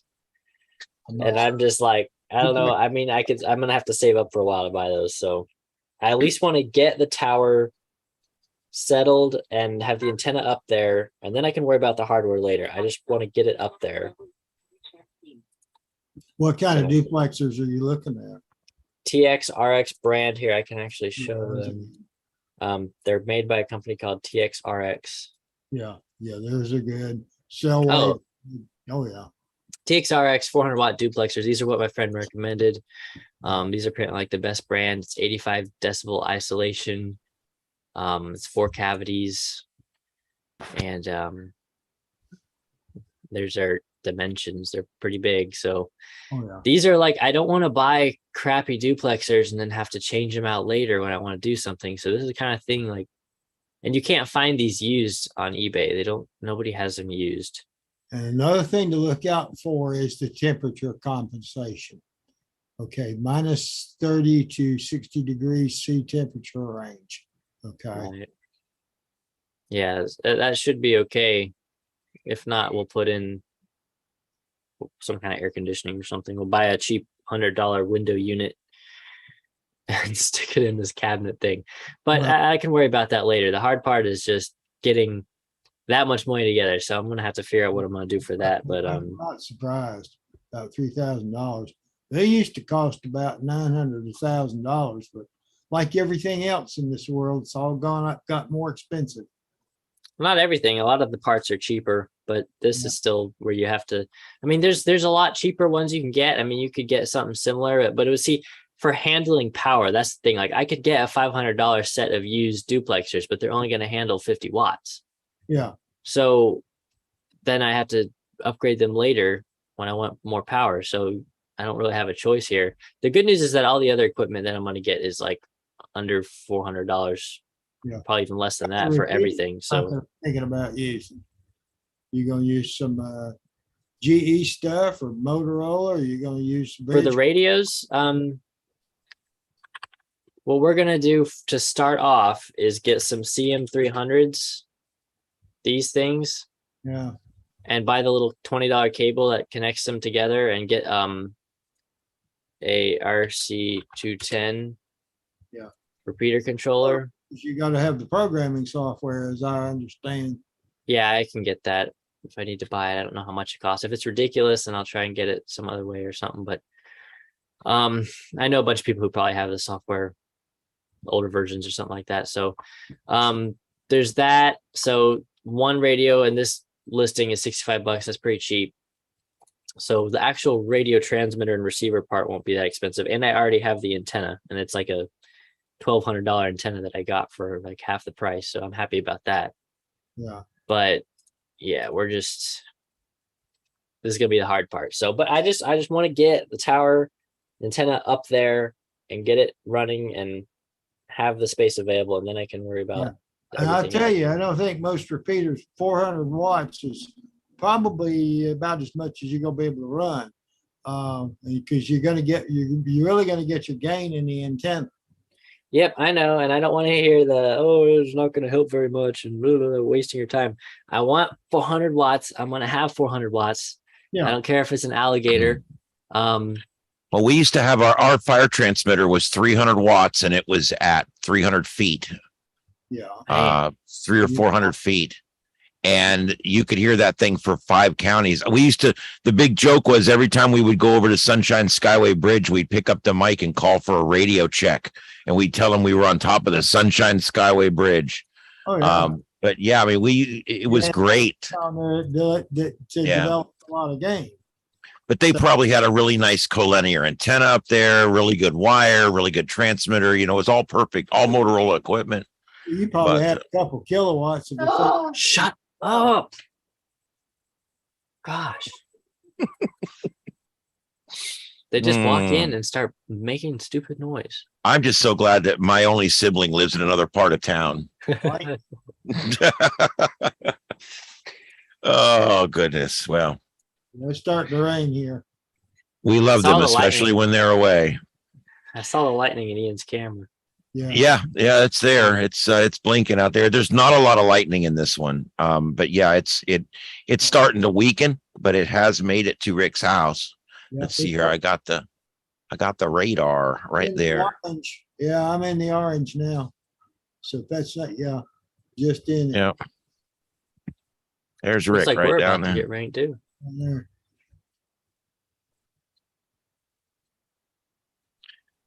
Yep, it looks like North Fort Myers, Central Fort Myers is next up. And then of course it looks like Eastern Lehigh, or most of Lehigh is probably going to get some of it. But it is lessening. The power has gone way down on this one. So I don't think it's going to be too bad. Let's zoom out real quick and see, is there anything else left out there? No, not really. You got some stuff further out. It's not heading in. Yeah, not really that much.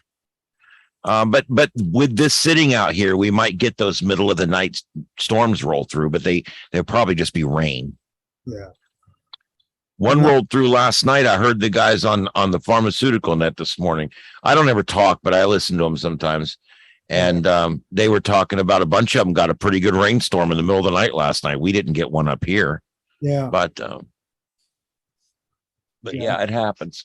Okay. All right. So, well, that's cool. And yeah, I tell you what, I think using those Motorola radios is a good idea. The only problems people have with Motorola's is the fact that they don't have a lot of the options and controls that a ham radio would have. And number Yeah. two, sometimes programming them, cables and software is a pain in the ass.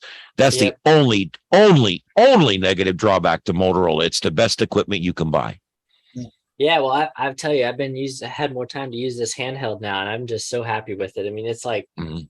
it's weird because it's not like using other handhelds. So when the signal to a repeater is weak, all the way up until you completely lose the signal, it will sound almost full quieting coming out of the speaker. Yeah. If you're in an area where like you have it like just like this little teeniest sliver of a signal, you'll have a lot of noise in the background, but you'll still be able to hear what they're saying. And then if you move it over an inch and you completely drop the signal, then your signal is gone. But it's causing me problems because I hear the station come in really strong and I'm like, oh, I'm going to respond. Oh, wait, I'm 30 miles from the repeater and inside a van right now, and there's no way he's going to hear me on the talk back. So it's kind of funny, but it's also really cool because it like I monitor most of the day, so it's like just amazing at monitoring.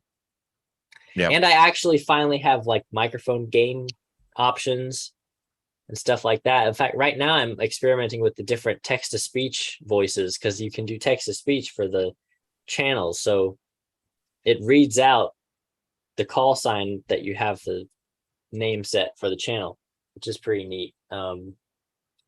But like, I really heard like this one. radio. I was watching somebody that was live streaming something that was going on here in town, and the medic reached back and started messing with his radio. And when he turned it, it went fire 1, fire 4, EMS 3, EMS 2, EMS 1. And it was literally reading out each channel. So I thought that was kind of cool because it sucks because normally you have to reach down and pick up the radio so you can see what channel it's on. Yeah. Well, now you could just roll it until you get on the right channel. That's pretty cool. Of course, for us, it would suck because when you roll it, it'd go KN258B, K465, K98, W584, and you wouldn't even know where you're at anyway. It wouldn't matter. Yeah. But I always thought I did think that was neat. That's a neat option. And the Baofangs they'll read out all the other stuff, but they won't read out the channel names. Well, yeah, you've got to have text-to-speech software Right. in order to do that. Because everything in the Baofeng, those words are already made and put in there because there's no synthesizer really, right? Is that what you're saying? Yeah, There's nothing. they're There's voice nothing that recordings. makes it right. Exactly. They're just little voice recordings. Yeah. Right. So it does do like you're saying, where you turn the knob and it says KM4OVZ, like it reads it out. Yeah. But if the call sign has like a English word in it, like this one repeater is called W4END is the call sign. Mhm. So it says W4END.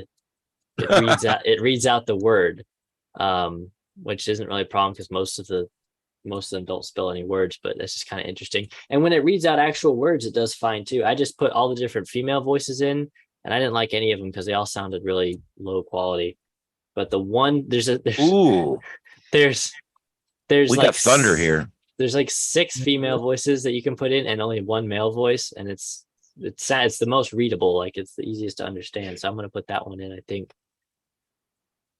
But it is pretty cool. I really like it. I just got the microphone. I think I'm gonna start using the little hand mic here with it. And this cable on here is super like stiff compared to the Decent mic cable. That's a nice feature. yeah. I mean it's nice, and it's also like really stiff. So when it's on your radio, that like it like bends over sideways and it's kind of gets in the way a little bit. But I think once it breaks in a little bit, it might be Speaker in better. that microphone or just mic have a speaker? Yeah, Yeah, that's good. it's a speaker. I'll mic, tell you so what, I hate to say it, but the cops, we figured out a long time ago, back when I was a cop, that the wire has to go up your back or it just doesn't work. So you have it like going around Yeah. the back, and then you have it like that. Exactly. And that is the only way to do it, where you can hook it on your epaulette, on your collar, or on your pocket. It doesn't matter. But by the wire going over your back and then down to your belt, it just takes up all the cord and it's not in your way. Well, what I want to know is how, like, because if you're a cop, you're getting in and out of a car a lot. So if that's going down your back, then you're sitting on that, right? You're wearing a vest. You don't even feel it. Oh, okay. Because I was trying to figure out like where the best spot to put the radio and run the cable for this is. Like, because I normally just wear cargo pants and a t-shirt. I don't wear a vest or anything, so I can't hide it. I can't clip it to anything, and I can't hide it like that. I was trying to figure out a position where I could get in and out of the van without having to take it off my belt every time. Right. But like no matter where I put it, when I sit down, the antenna gets stuck on the seat or something like that. You know, it's not really. I'm still trying to figure that part out. I've got me a really nice breast mic that I spent about $25 on. It was a good one to work with all my TYTs and my Baofangs, and it's got a really good sound quality. It's got the little headphone that you can plug the headphone in and the whole thing, and it works really good. But I have to admit that these radios are so small. Normally, I just clip the radio somewhere where I can hear it, and not use the mics. They end up being cumbersome, something really bad. In the old days, when I used to use one at the sheriff's department, at the fire department, when I used to use a breast mic, it was because the radio was like wearing a brick around. It was this huge thing that you wore around on your waist. That was like a big box. Now the radios are so small. You know, I mean, look how small the actual radio is. It's not much. Like this little radio here is not much bigger than the old breast mics used to be. I had a breast mic that was almost this big for my Motorola STX, my first trunked radio. The breast mic was just about that big, and that was just for the mic, and it had an antenna on top, a little short antenna about that big. That would go on top of it. So anyway, yeah, we got some lightning. That last strike of lightning was over in the Cape, up off of Vizcaya, it looked like. So, and that last one that just went off, that was down way down south there, out in Wildcat Run. So I'm watching. I got my lightning tracker up for those of you who are interested. I love using. I use Windy. And when you go to Windy, you go over here and you click this radar in satellite mode, and you click weather radar, and see this little circle it shows right here. That circle is actually the shock wave or the sound coming out from the lightning that's striking, which I think is really cool. You can actually go out in the yard, and when lightning strikes, you can watch that little circle. And right as the circle reaches, you'll literally see it. You'll hear it. It's crazy. Man, your audio just got really weird sounding. I just got an error that my sound card went out, but it's back on, I guess. Yeah, that's weird. I don't know what happened. This is something with the driver. Yeah. Windows.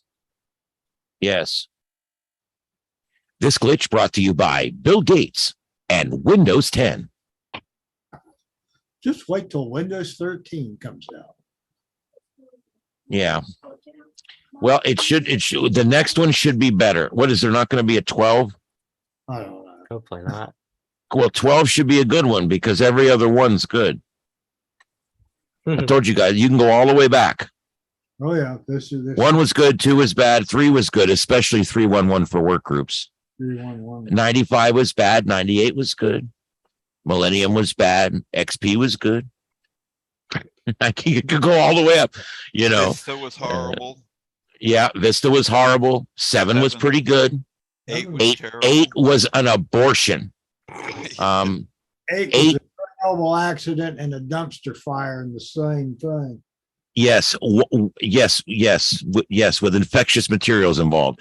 It was terrible. And then of course 10 is actually pretty good. No, 10's pretty good. And I hear 11 is absolute shit. Steaming pile is what I'm being told. So it's got steaming pile status. yeah. So there you go. The more you know. We only heard the end of that. It didn't play? It played, but we heard like the end of it. I heard this. There we go. There's the whole thing because anyway, there you go. I got to remember I got my sound bar because I'm not used to having it on this show. I have it on the other one. I use it all the time. But sometimes on here, like you'll learn something. Like I'll say something like, "Hey, when you come in from the wet, make sure you dry off." You want to know why? And knowing is half the battle. Because knowing is half the battle. Anyway, you guys remember that, right? Well, I know Joseph doesn't, but nobody. God. Am I the only one on here? All right. Anyway, We're here. I guess whatever. Come on, man. What are you guys doing out there, man? I mean, when you don't laugh at my That jokes, is a low blow. it's a low blow. Anyway, all right. Does anybody have anything else they'd like to bring up? Anything you're working on in your shack that you're having problems with, or something that you would like to tell us the status on? Now's the time. If nobody else wants to, I told Ian earlier, but they remember how last week we were talking about the grumpy hams in my area and everything. Oh yeah, let's get a grumpy ham. I wish I had a sounder for that. Here, this one will work. It's now time for the grumpy ham update. Go. Yep. That complaint or investigation ticket, whatever it's called, they did against me. It's been closed. No action taken, of course, because we didn't do anything. Because you got to break the law first. Yeah, you gotta actually have done something wrong for that to matter. So they closed that and nothing happened. And my buddy's who's the FCC inspector for Florida, he's gonna take me a picture of the status thing and I'm gonna print it out and hang it on the wall. It's Like a diploma, you know? yeah, I've now got I'm a real ham now. I've been reported. So It's your first overturned complaint. yep. I mean, that's something to be proud of. Yeah. There's probably many more to come, but Oh Christ, I lost. yeah, you guys. they lost that battle. Like there isn't plenty of room on the ham bands for a little bit of everything. Check. The other day I was I on my way to Just work. completely lost you guys. Oh, I still hear you. Probably good. We're almost done. Well, I was on my way to work the other day and I got on the radio and I said like KM4BZ monitoring 10-4 or something like that. And a guy came on and told me that I needed to use better decor and said that we don't talk like that on here.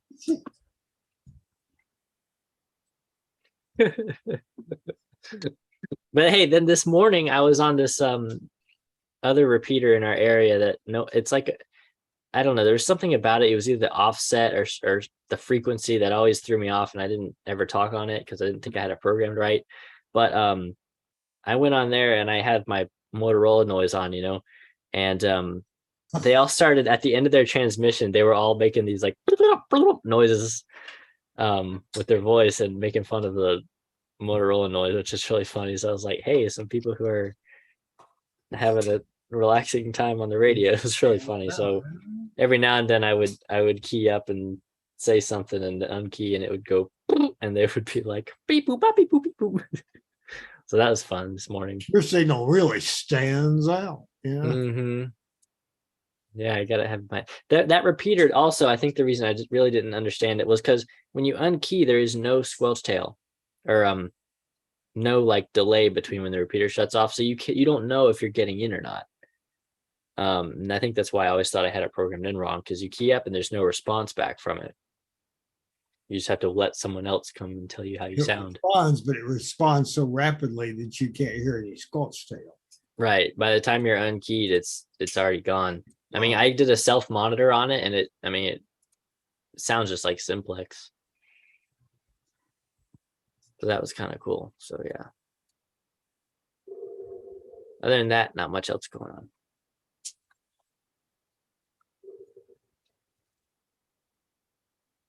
Yeah, it's like something I'm a little interested in. 900 megahertz. Anybody got an experience with that? Ooh. 900 megahertz band. What I was reading like last night is it's a lot like the 70 centimeter band, but if you're using FM and it flutters, it's like twice as fast. But of course, which stands to reason. But I was just curious if anybody had any experience with it. primary thing that's available is some Motorola and Kenwood radios that you cannot, there's no, you don't go to Can't get a ham radio with that. yeah, you can't go to Gigaparts or HRO and buy 900 megahertz radio. Well, they make a 900 megahertz version of the XPR 7550, which is neat.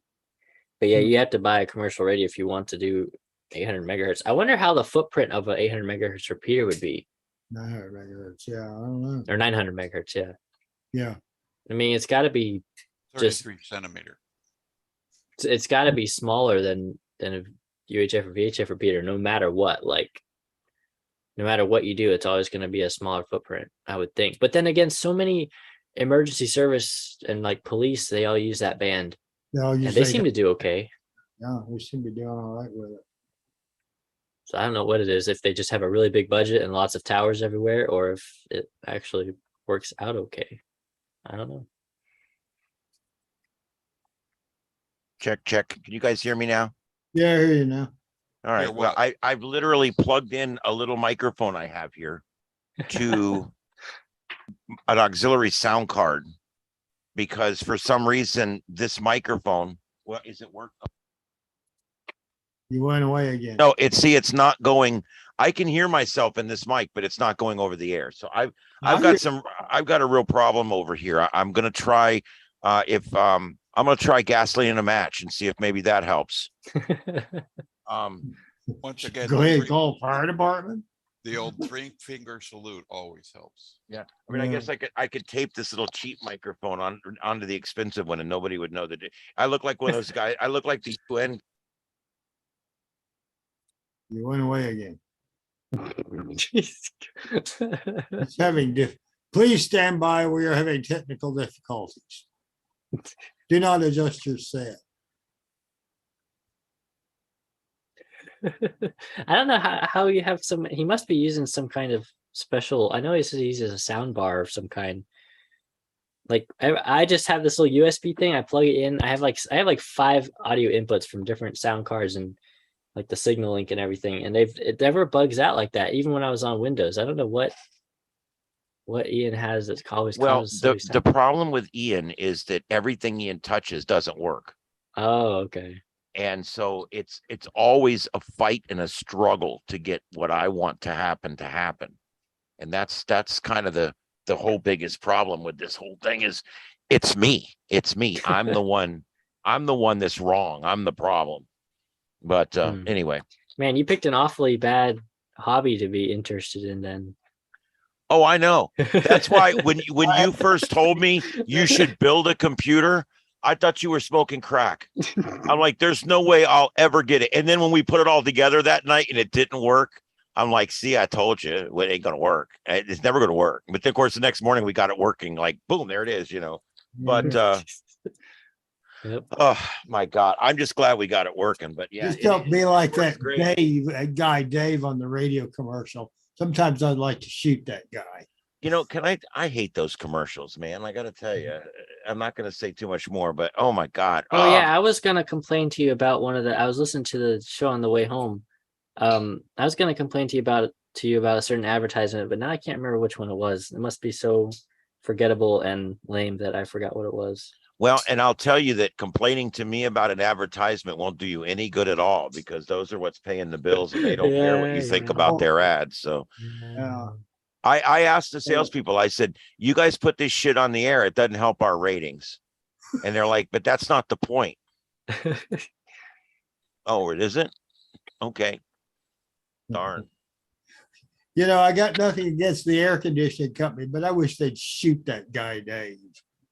Yeah. Oh, it's the Best Home Services ad. That's what I hate. We don't want to mention names, but Yeah. I really don't like the Best Home Services ad. They are so, and when we lived there, it was a joke in the family. Every time we saw Best Home Services, we were like, because the guy on the side of the truck looks dumb. Shoot that guy like he'd shoot a rabid dog.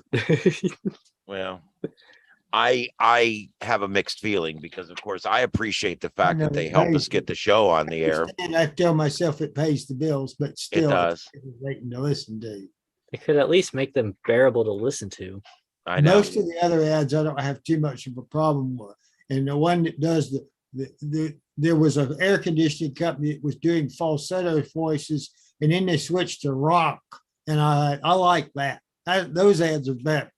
I mean, than the ones. Yeah, that are- there's one company that actually has, I think, 9 versions of the ad. They've got a reggae, they've got rap, they got rock, they got disco, they got country, they got classical, they got romantic. And it's all it's the same jingle. They've got an ad company that does this, and it's I don't know, it's kind of cool, I guess. Kind of funny, but there's a couple of them that that's a lie. Yeah, it's like yeah, no. Yeah. All right. Let's see, what else is anything else going on? What else has anybody got going on? Well, the orange area has moved beyond me, so the rain has stopped here, and I haven't Well- seen any more like. And I'm showing as in the rain here, but yet I don't actually have any rain coming down from what I can see on my cameras. Yeah. So I don't think I'm going to get much from it either. And I think the lightning's about done. Yeah. So this is 9:55 needs an update. Yep. Yeah, it's all moved. It's moving past now, and it's now going through Lehigh and Bayshore and Alva and Buckingham. There, you can hear it read out the. Yeah. Channel W4HMC. Channel W4HSB. I just can't figure out why these clubs haven't figured out that you could put more on your identifier than just your call sign. Yeah, ours is gonna be so awesome. I know. I mean, why can't you have on there, KO4EFS, home of the Southwest Florida TechNet. Here in Huntsville, they have it fairly decent. Except one of them I don't like, but when it IDs, it'll say like the frequency, or it'll say 1,700 feet high above the sea. The one I don't like is it says W4HSV, please ID. Like, apparently they must have had a problem at some point in the past and put that in there or something. I don't know. And they always mess it up too. Every now and then it'll say some like random character in the middle of the ident. It's like they went in there with the laptop and they were just pushing buttons and they typed a bunch of stuff out on the line where you tell the synthesizer what to say, and it was messed up for a long time. Yeah. And there's one of them that's to this day still says clock not set. Like, you know how they come on every hour and say the time is. You mean somebody's repeater's blinking 12? Yeah, it says the time is clock not set. It's like, come on. Reminds me of most of the VCRs I own. Yeah. The microwave. There was a guy in Syracuse who, and this is like 1990-ish, he wanted to put his nose up to the FCC, and he put his call sign in CW Morse code at like 1,000 characters per second. He went, "Breet." And, yeah, and you would go. I don't think it says how it has to identify. No, it does not. It was funny. Yeah, I That's like great. that. You can do it in Wow. digital burst mode, so you could have your repeater every 10 minutes could come on and send out an APRS packet. Just go and be done. Yep. And it'd be better than like the 685, which has the world's longest identifier. Oh, Yeah, yeah. and the courtesy tone is really close to the end. Yep. It'll come on and go beep beep beep beep beep beep beep beep beep beep beep beep beep beep beep beep beep beep beep. And I'm like, is that thing done yet? Yeah. Beep beep beep beep beep beep beep. Well, I think it gives out coordinates and the temperature of the coffee or something. I don't know what it's giving out. It says W4LCO/R is what it's sending out, and that's pretty long. They need to speed it up a little bit. But then again, they're using a 20-year-old controller that they have no access to. So Yeah, putting the repeater up on the tower might sound like a good idea, but I just don't think it sounds like a good idea. Well, yeah, you got to have connectivity to that. with the controller that we're gonna get, it has internet. You can plug it into internet, and then it's like you can remote in if they need to put up there. If something goes wrong up there, then you've got to go up to the site. Yep. And, And there's nothing you can do. Well, I'm thinking, I'm wanting to put me one here. I'm gonna eventually put me a repeater here. It's only gonna be up about 50 feet, but I'm gonna put one here eventually. Mostly just because I want to do it. I That'd heard be some nice. guys in Colorado today on digital mode, and they've got the Sky Hub link, and one of the repeaters that's connected to it was having issues, and they went and fixed it. But in the meantime, it was on top of a mountain, and there was a guy with an HT 50 miles away. And this, keep in mind, this repeater's only putting out 15 watts, and he was full quieting into that repeater Not surprised. because it was up so high. They had the height advantage. Yeah. You don't have to run that much power on the repeater, nor do you need that much power to get into it. That's right. The only problem you run into is getting underneath the signal. Yeah. That's like when I was out in Louisiana at Shreveport, we had a repeater up on at the 1,200-foot level of a TV tower. Well, one night the TV tower came tumbling down. We had to come out with money to buy a whole new repeater and everything. Oh man. Yeah. I lived in Longview, Texas for 12 years, so you know where that is if you lived in Shreveport. Not too far from Shreveport. Yeah. It was the About- KSLA tower. It happened in 78. No, I wasn't there then. Yeah. All Gotta right. get some systems on the air. That's right. That's right. I want to get some stuff going, and I'm gonna link this and that and the other thing. And You still gotta All right. take that box back to Rick. I know it's sitting here. It's going. I've still got another box here with a DMR radio in it for Time you. of the week. Just give me a call anytime. Yeah, there you Yep, go. I will. Maybe this weekend, Rick. Yeah. I got a guy that's called me and given me some more TVs. Oh, yeah. And Oh my gosh.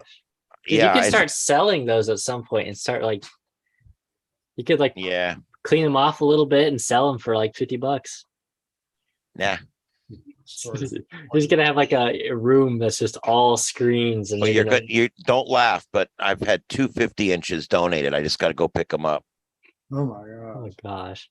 And I'm going to switch out one of them. I got a 40-inch in one of my rooms with the security cameras underneath my 60-inch in the bedroom. I got the 60-inch hanging on the wall about a foot below the ceiling. And then I got my security camera screen hanging below that, which is a 40-inch. But I think I'm going to upgrade it to a 50-inch now. You should hook And- that 60-inch to a Raspberry Pi. Well, I'm thinking about putting it behind me back Yeah. here and having it like a backdrop screen There you and go. hooking it up to my monitor 7 on my primary computer. And then I can display whatever I want on it, either during a show or during an activation or whatever. So I can Yeah. put the plane radar up on it or the PSK reporter up on it, whatever, the radar, whatever I want to display on it so that it's easy to see. But yeah, I'm going to do something with it. I'll do something with it. Anyway, I don't know if anybody's got anything else. Nope, the stuff has moved on. Yeah, it sure has. It has definitely moved on, as it were. So all right. Well, all is good. It's been a Got long swap week. shop tomorrow if you want to Yep. go. I may stop by. I don't know. I'm gonna be out and I'll be- about. I got a, I got a meeting in the morning, but after that, I'll probably stop by over there if I can get there before they close up. Yeah. Well, I like going to swap shop. I like Joe and I like most of the people out there, but usually as soon as I show up, I start getting harassed by somebody out there. I won't mention Tom's Well, name. then you give him some trouble. Yeah, I know. I miss going to the swap shop. I miss Truth that. is, I don't like trouble. The truth is, I really prefer to stay out of it. But I don't want to fight with people. I want to be positive. You know, he ran Negativity me. has no place in ham radio. Well, I wouldn't Well, say that. Unless the repeater if- offset is negative. Yeah. Yeah, right. Well, let me tell you something.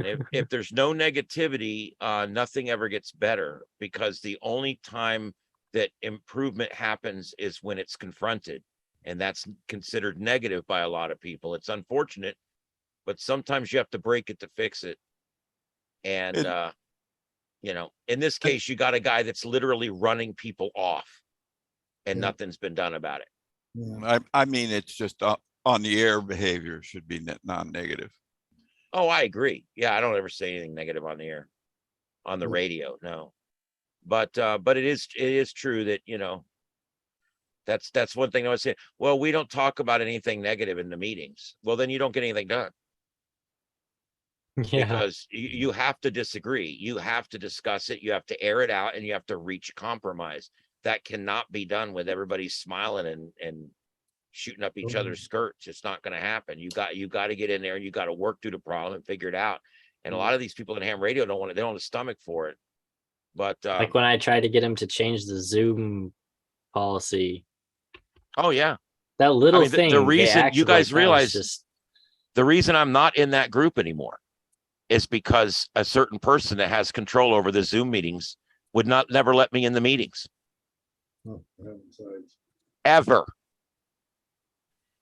And so I was run off of the repeaters, and I was run out of the Zoom meetings. And yeah, I mean, it's pretty sad when you can get one or two people in a group that don't like you, and you're done. If they see you as the up and comer that's doing more than they are, man, that's all it takes. It's all right. You know why? Because sometimes you're better off going and plotting your own course, doing your own thing. And that's kind of where I'm at. Yep. I don't let any one club rule what I do in ham radio anyway. I made that Nope. mistake before. You just, you do things on the side. I mean, On the side, that's CB lingo. You can't say that. oh, okay. Oh yeah, that's verboten. On the side. On the Can't put side. monitoring on the side. Right or left? Sandbagging. Sandbaggers. Well, Man, it's I cool. miss being in range of the 775. That was always so much fun. I remember back at work, the office was right, like it was like 6 miles from the repeater. It was really close. And even indoors, I had a pretty good signal for the 775. And Ian would come on around 1 or 2 p.m. and we would talk on the 775 almost every day. That was awesome. I miss that. I've called out on it a few times recently, and nobody answers me. I still don't think anybody listens to it. It's in my scanner. We'll get there. Well, no, I know, and it's in Rick's too, and a bunch of other people. But you got to catch people when they're there too, and you know that's the other part of it. Yeah, the But anyway. scanners here. I've got another little scanner that I need to program as well. Yeah. Speaking of programming, Ian, did you want to get something done with your DMR? I don't know. I need to talk to Joseph, because I was giving that DMR to Joseph, and Okay. but then he just got a DMR, so Yeah. I'm going to talk to him. If he doesn't need it or want it at this point, then maybe I will go back and try to program it and have it. Do you know what the make and model of it is? Yeah, hold on, I'll tell you. But, I mean, It's a weird brand that is nothing I've ever heard commercial or amateur wise. not a Cotra. It looks like a neat little radio. I love little radios. Anyway, it's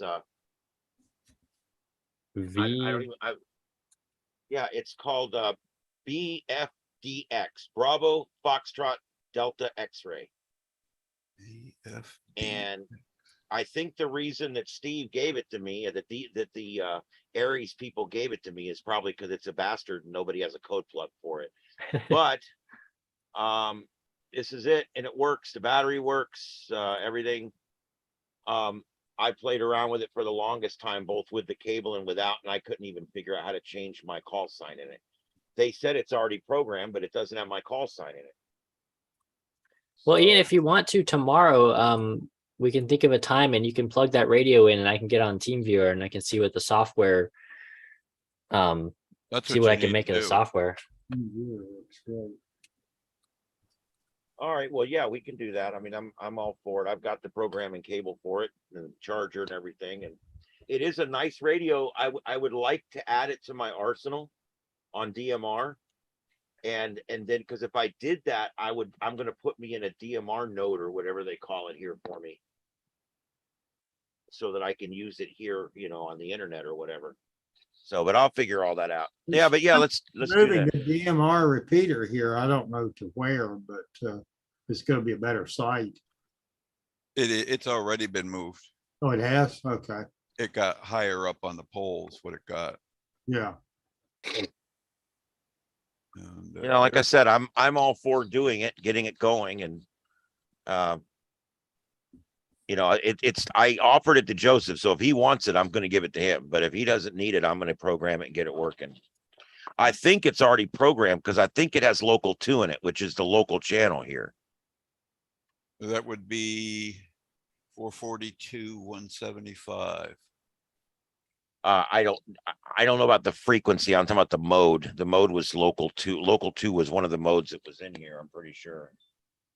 That was the only channel I ever caught anybody on my other one. Yeah, local 2.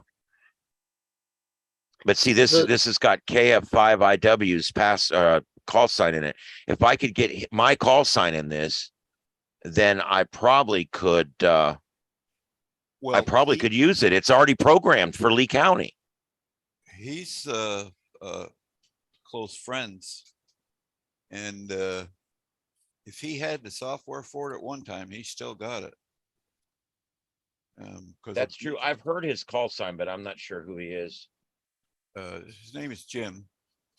But it would have to be changed anyhow because the repeater's been moved over to Brandmeister now.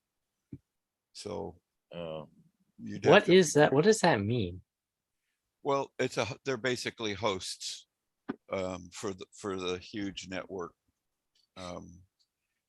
Brandmeister, but first came DMR Mark, and they were very popular for a long time. And then Brandmeister came in and took over a lot of the traffic because they have thousands of rooms. And it's basically just a host with rules. There are rules like there's rooms that you only get 15 minutes in before it like times out and you have to click in again. Those are called push to talk rooms. And then there's full-time rooms like his repeater is here it goes by its repeater ID number. And that's a full-time room where you don't have to click to get into it. You can just turn your radio to it and start listening. And that's one of the rules to avoid traffic. Want to avoid Well, traffic. they get like there's a channel called it's not Worldwide 91, and it's the single most popular channel on the planet as far as Brandmeister is concerned. It's got a lot of traffic, but it is a push to talk group. But there's workarounds for anything. So, but it's very. I mean, you could see the calls from all around the world coming in through there. Worldwide 91. Okay. That's the I one always that, wonder why does nobody ever hook up a crossband repeater between like DMR and a like the 775, for instance? Why has nobody ever thought about doing something like that? well, what they do is that they link them via the internet instead of over the air. No, I understand that, but wouldn't it be cool if during a disaster, during a bad storm or something, when a lot of people have evacuated the area, to be able to go onto a DMR network and be able to listen to what's going on back home and be able to talk on the local repeater here that we're all on during the disaster? Well, I See what can I'm give you the saying? answer- Yeah, I can give you the answer for that because that discussion has been brought up a number of times. The way the general feeling is that if a disaster like that comes around, it's going to go analog anyhow, because that's what everybody has. Not everybody has DMR. No, I understand that. And we're, of course, we're not emergency communications. We're a watch net. We're just getting together and looking out for each other type of thing. But So it does, yeah. we're not talking about emergencies here. And so all I'm thinking of is connect. If I can connect it here, I have redundant internet here, and I can send the signal to the tower from here on low wattage. And so if anybody talks here, it goes to the tower. If anybody talks in the tower, it goes over the DMR. It basically would just be a repeater setup. And I could use this little portable actually as the DMR unit. Yeah. And then well, just, there's no reason why you can't do that. well, actually I could just go straight. I don't know. I guess I would need a radio on this end, or could I just do it with just the internet on this end? Well, You see what I'm talking about? I want to be able to, okay, an emergency happens, I activate it. I want to be able to press a button and it would turn on the DMR 775 link. What you would need is it depends on the repeater. your own DMR room. You would need a constant room or something like that. And then you would need a radio which can get into the DMR network. And there's a couple ways to do that. What you would probably want to do is have two radios, one listening to the output of, or basically like I was talking about with the cable, where you plug in two radios and one listens and one transmits, but you have one transmitting into a DMR hotspot that's connected to your Wi-Fi or whatever. You transmit that into a DMR hotspot, and then you have the other radio on the analog side, and it just passes the audio between the two, and it can work both ways. So it can transmit one way and receive the other way.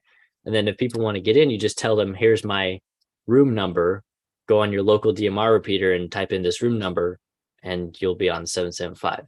That's the way you could do it. And that's the same for D-Star and Fusion and all the other modes. What they do here is, as I mentioned before, instead of over the air, it's on the internet, but they use Pi stars. And so it depends on what the capabilities of the repeater are too. That's what I'm wondering, if I could just Pi star one side of it and use a UHF valve bank on the other side. Because all I'm doing is talking to a repeater on low wattage that's 1 mile away. As long as it can translate analog to digital and digital to analog. Well, it wouldn't need to, because what comes in and out of the computer is analog voice anyway. I mean, I can almost do this with box on both ends and not even use a repeater controller, but I do have a repeater controller. But you see what I'm saying? If I could have the computer simulate, if the computer could simulate what a DMR radio does, the input and output, then all I have to do is take that and throw it through my little repeater controller and into my Baofeng. Well, and then whenever the DMR frequency is busy, it would broadcast it over the 775. And whenever the 775 is busy, it would broadcast it over the DMR network. There would be a wicked delay that everybody would have to be cognizant of. You would need, I can't share screen.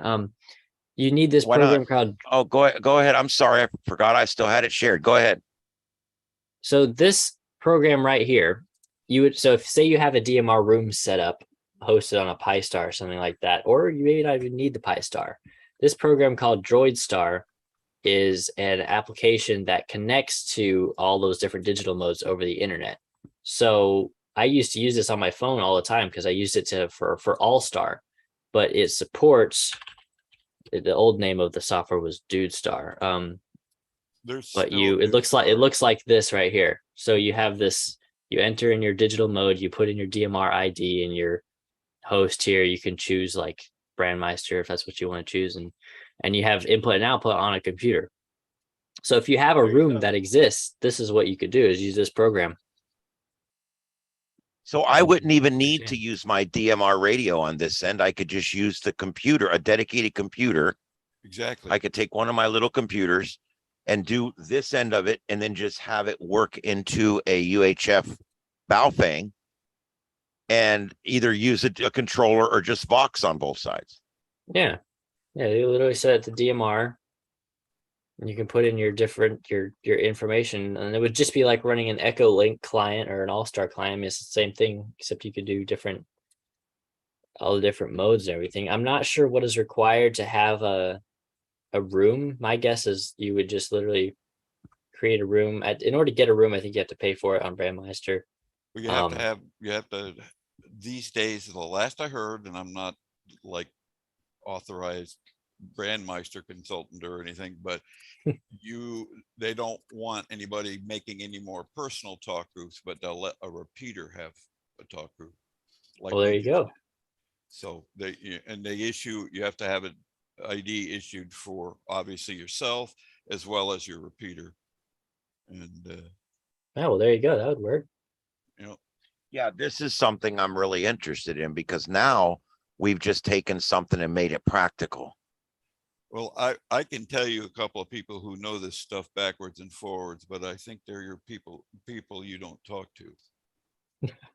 Well, I know maybe Tom- not. There's only like 3 of them I don't talk to. So Tom does a lot of digital stuff.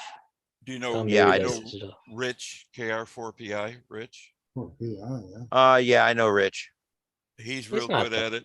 And Steve. He's a great guy. He was no help when what happened to me happened, but he's a good guy. I've known him from the sheriff's department years ago. Yeah, Yeah, and Steve W9GPI is pretty good at it too. yeah. Well, Yeah. He's this guy- nice too, yeah. You might want to run some more in the lane. Well, I don't think those people will help me, but I'll find somebody that will. They might. You just gotta ask them. I bet they'd help you. Yeah. and Jim, the guy KF5IW, he's the mentor for here. He knows a lot about getting a repeater. Yeah, I've spoke to him a couple of times. He's a real nice guy. He would help me. Yeah. Yeah, no, I'm sure a lot of these guys would. Like I said, there's only 2 or 3 guys. It's just the 3 or 4 guys, the main guys in the club there, that they just they don't want anything to do with me. Too far outside the realm of normal. Well, elections are up at the end of the year here. Their elections are fixed. There's no chance. There's no chance in new blood. Trust me. They use They Dominion decide machines. who's going to be. Yes, they use those voting machines. Trust me. We tried this. Like Joseph mine, and I it actually doesn't both we tried to run for office, and they wouldn't even put our names in there. There's a group within the group that decides who the group's going to choose for the group leaders. So Yeah. it's pretty corrupt, if you ask me, but that's just my opinion. It is what it is, man. That's why there's different groups. That's why there's different options. And rather than just being negative and fighting, Joseph and I and several others just decided to leave that and walk away and go do something else. And that's what we did. That's why I stay out of the politics. I don't care. Just tell me what the result is. Well, that's the problem, is the result's always the same. And if you go in to try to improve the result, you get kicked out. Well, the So- majority have served their full tenures. They can't run for reelection.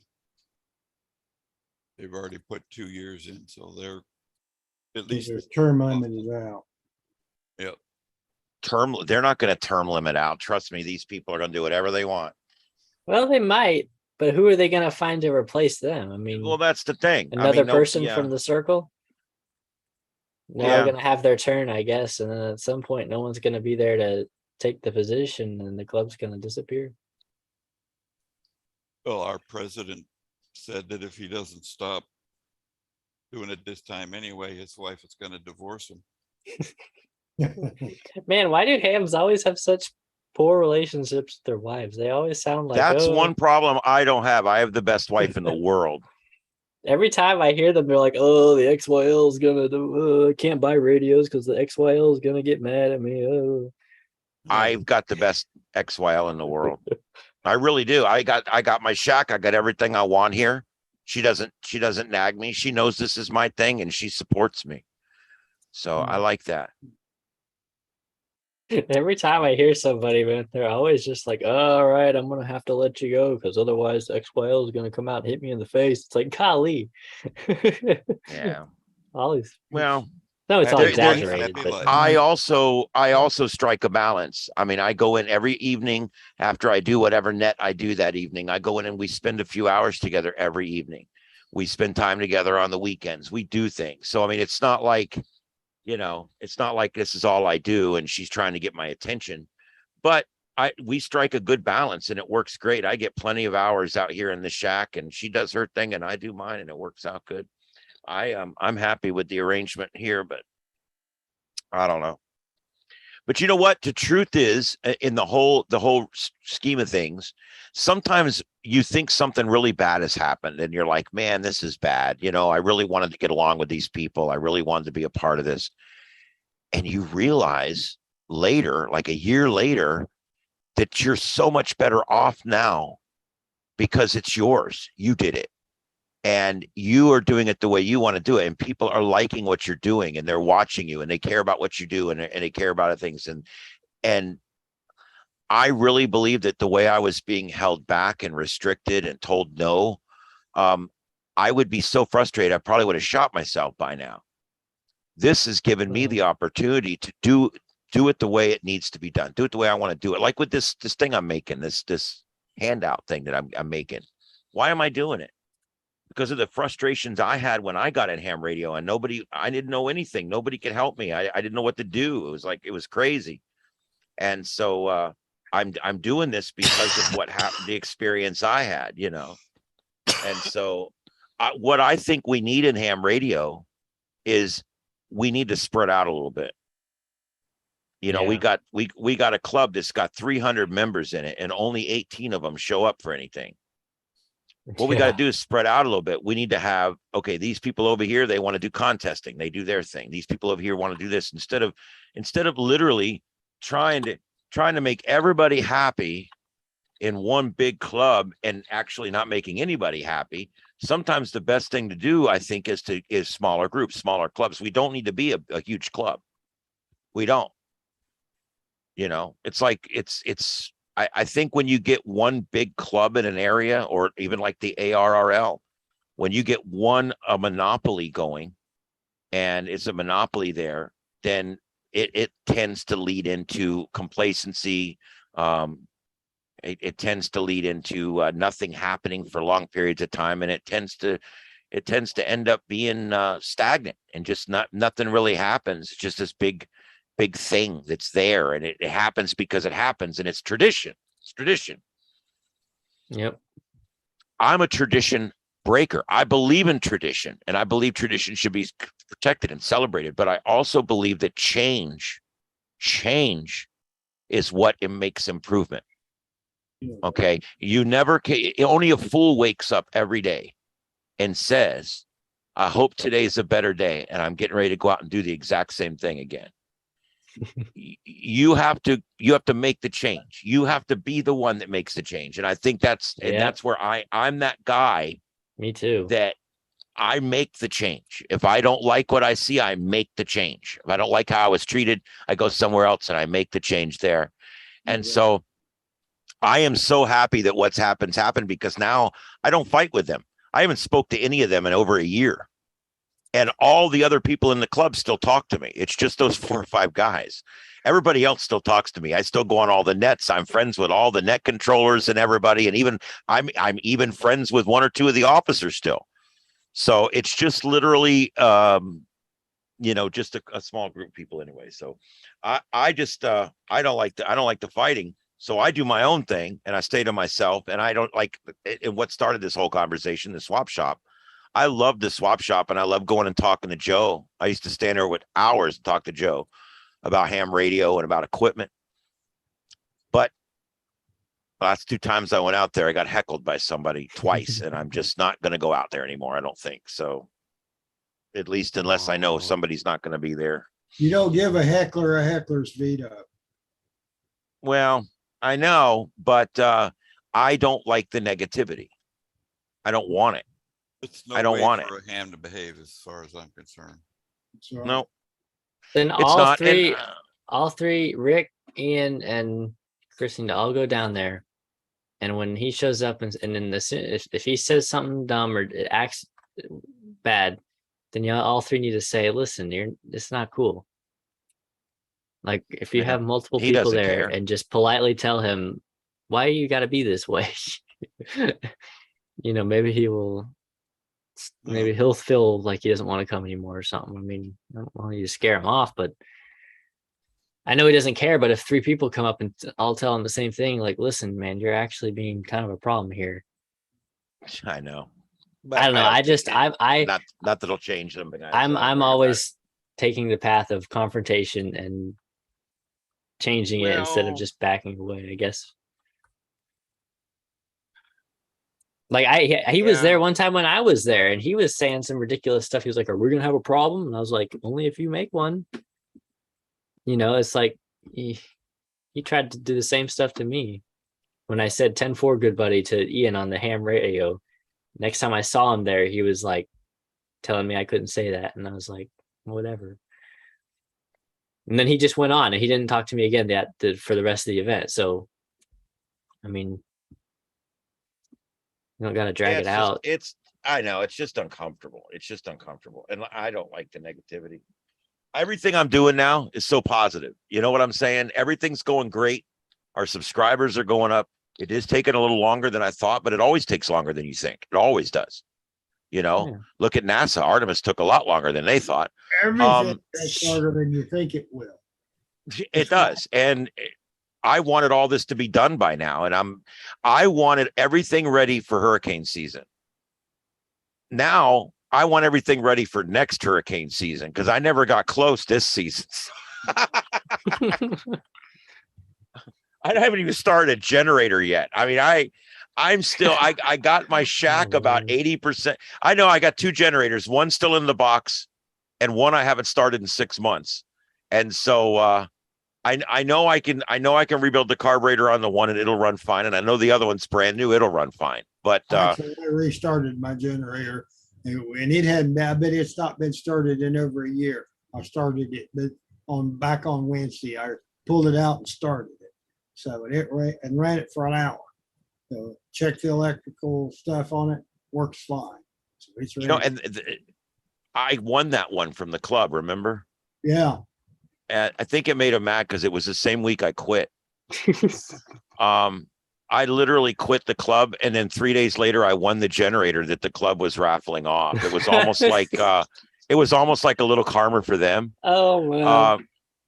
Yeah, it was fun. That generator's still in the box. I told my wife, I said, I'm not taking it out of the box until I have a use for it. Yeah, keep it clean and don't put gas in it until you want to It's use staying it. clean and dry. Yep, that's it. And because it'll always, that thing can sit in that box for 30 years and you pull it out and it'll fire right up. Be a Yep. time capsule. I even keep it. It's behind the couch in the living room. It's sitting in air conditioning. I don't even put it out in the shed. Air Okay. conditioning. It's sitting in air conditioning so that it's perfect. But And when you That's put because you know what, gas in it- go ahead. when you put gas in it, make sure you go to the Wawa station and get the alcohol-free gas. That's Not- what it yeah. is. Non-ethanol. Yeah, I agree. It's good to spend the extra. And let me get without getting political. Let me tell you why is ethanol gas cheaper than non-ethanol gas when it actually costs more to make ethanol than it does gasoline? That's a good question. And the reason is because the government subsidy. That's exactly right. When you buy a gallon of E85, the government's paying for like 85 cents of that gallon of gas. When you buy 15%, which is what most gas pumps have, 15%, the government is paying a subsidy on that gas. And so the reason that when you go buy non-ethanol gas, you're paying 40, 50 cents more a gallon is because you're actually paying the same amount for the gas. It's just the government's not picking up the last 50 or 60 cents for you. That's all it is. Yeah. That's the only difference. And it's a way for them to Come up with penalize that those generator. who don't use the gas they want you to use and benefit the people that do use the gas that they want you to use. Ethanol has turned out to be a huge debacle. It's on the way out. It's being phased out. I don't know. I don't think you'll ever see it get any bigger than it is today. Maybe the next one. Yeah. Well, we're going to eventually find the right thing. I mean, you know, they pushed for ethanol, and now we've realized all it does is it messes up our cars. It's not near as efficient of a fuel, and when you add in the electricity and the gasoline and the diesel fuel that it takes to make the corn, produce the corn, move the corn, process the corn, turn the corn into A, turn the corn into B, make the corn finally into C, which you can burn in your car. Okay. By the time we get through that process, you've already burned more energy than that gallon of gasoline can produce. How corny. It's literally a scam. It can't work.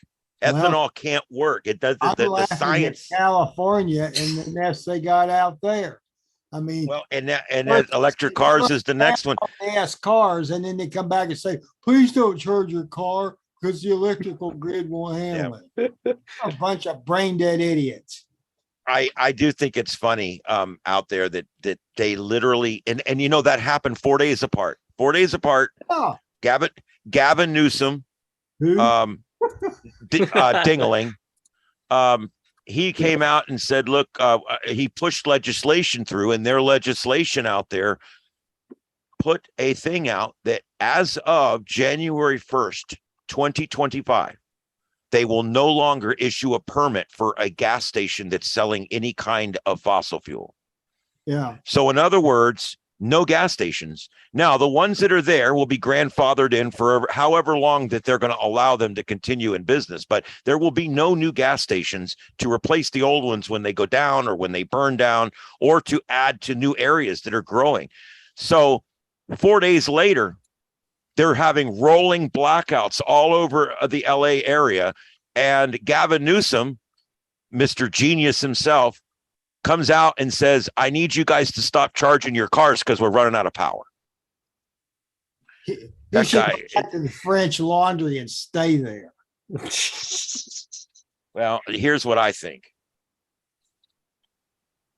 The guy's cuckoo for Cocoa Puffs. The problem is we got Washington full of those cuckoos. I know. But the neat thing about it is that no matter what's funny is when government, and it doesn't matter if it's the left or the right, when government makes a bad decision, they always double down on it. Like with ethanol, bad decision. So what we need to do is we need to fund it more. So same thing with electric cars, bad decision. So what do? We put a $7,800 subsidy on the electric car. So now you can buy an electric car for the same price. You can buy an electric Toyota Corolla for the same price as a gas Toyota Corolla, because it's still a little bit more for the electric one. But the government, and when I say the government, I mean your taxes, are paying up the other $7,800 to make that car almost the same as the gas powered car. And none of that So, go as far. right. And you buy this car under the promise that it's going to be a lot cheaper to put electricity in the car than it was to put gas in the car. So you buy this car and you bring it home, and then you read in the newspaper, or if you still get one of those dumb things, or you read on the internet, hey, FP&L just went up 27% on the electric grid in 2 cycles, 27%. Yeah. Now, what ends up happening is all that savings you were supposed to get is gone now because electricity catches up with gas. It's just a few months behind. In fact, now electricity is probably slightly more expensive than gas, per work hour that you can get out of it, because of what's happened with the fact that power shot straight up. Gas has fallen back down again. And so now electricity is actually the worst deal. So what ends up happening is you get a car, you buy this car, the government has to give you $7,800 worth of tax money to make the car affordable. Then when you buy it and you bring it home, the first month when you plug it in, your electric bill goes up $300. And then you realize, oh my God, what have I done? I only spent $300 in gasoline the month before. And you realize right then that you've made the biggest mistake in your life, because I know 2 people that have done this actually, and they're both back in gas cars now. Yeah. And they both tell the story. One of them's told us on the air the story. Yeah. They end up And there's another ham that's on a couple of our nets. I won't mention names. That's gone through the exact same thing and just got rid of his electric car because of the same thing. This is going on everywhere right now because people are realizing that there's a problem with this. Now, what happens? So you buy the car, you decide, well, I'm going to stay with it.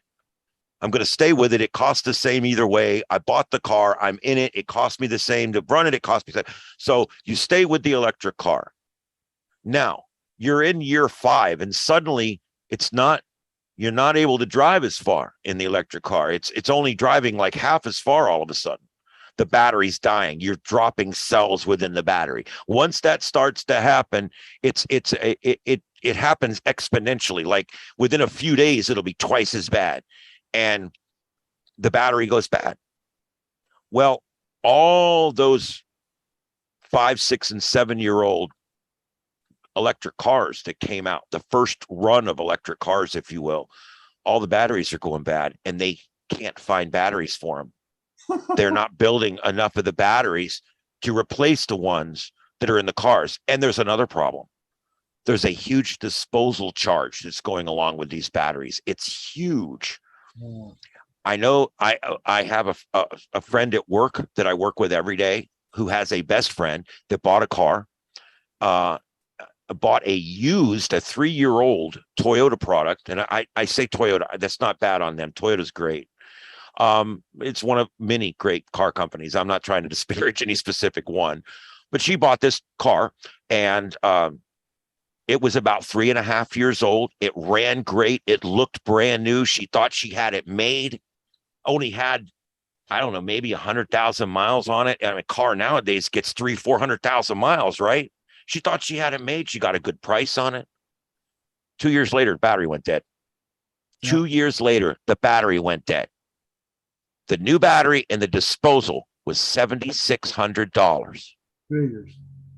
It took over a month to get it shipped in from out of country Probably from China.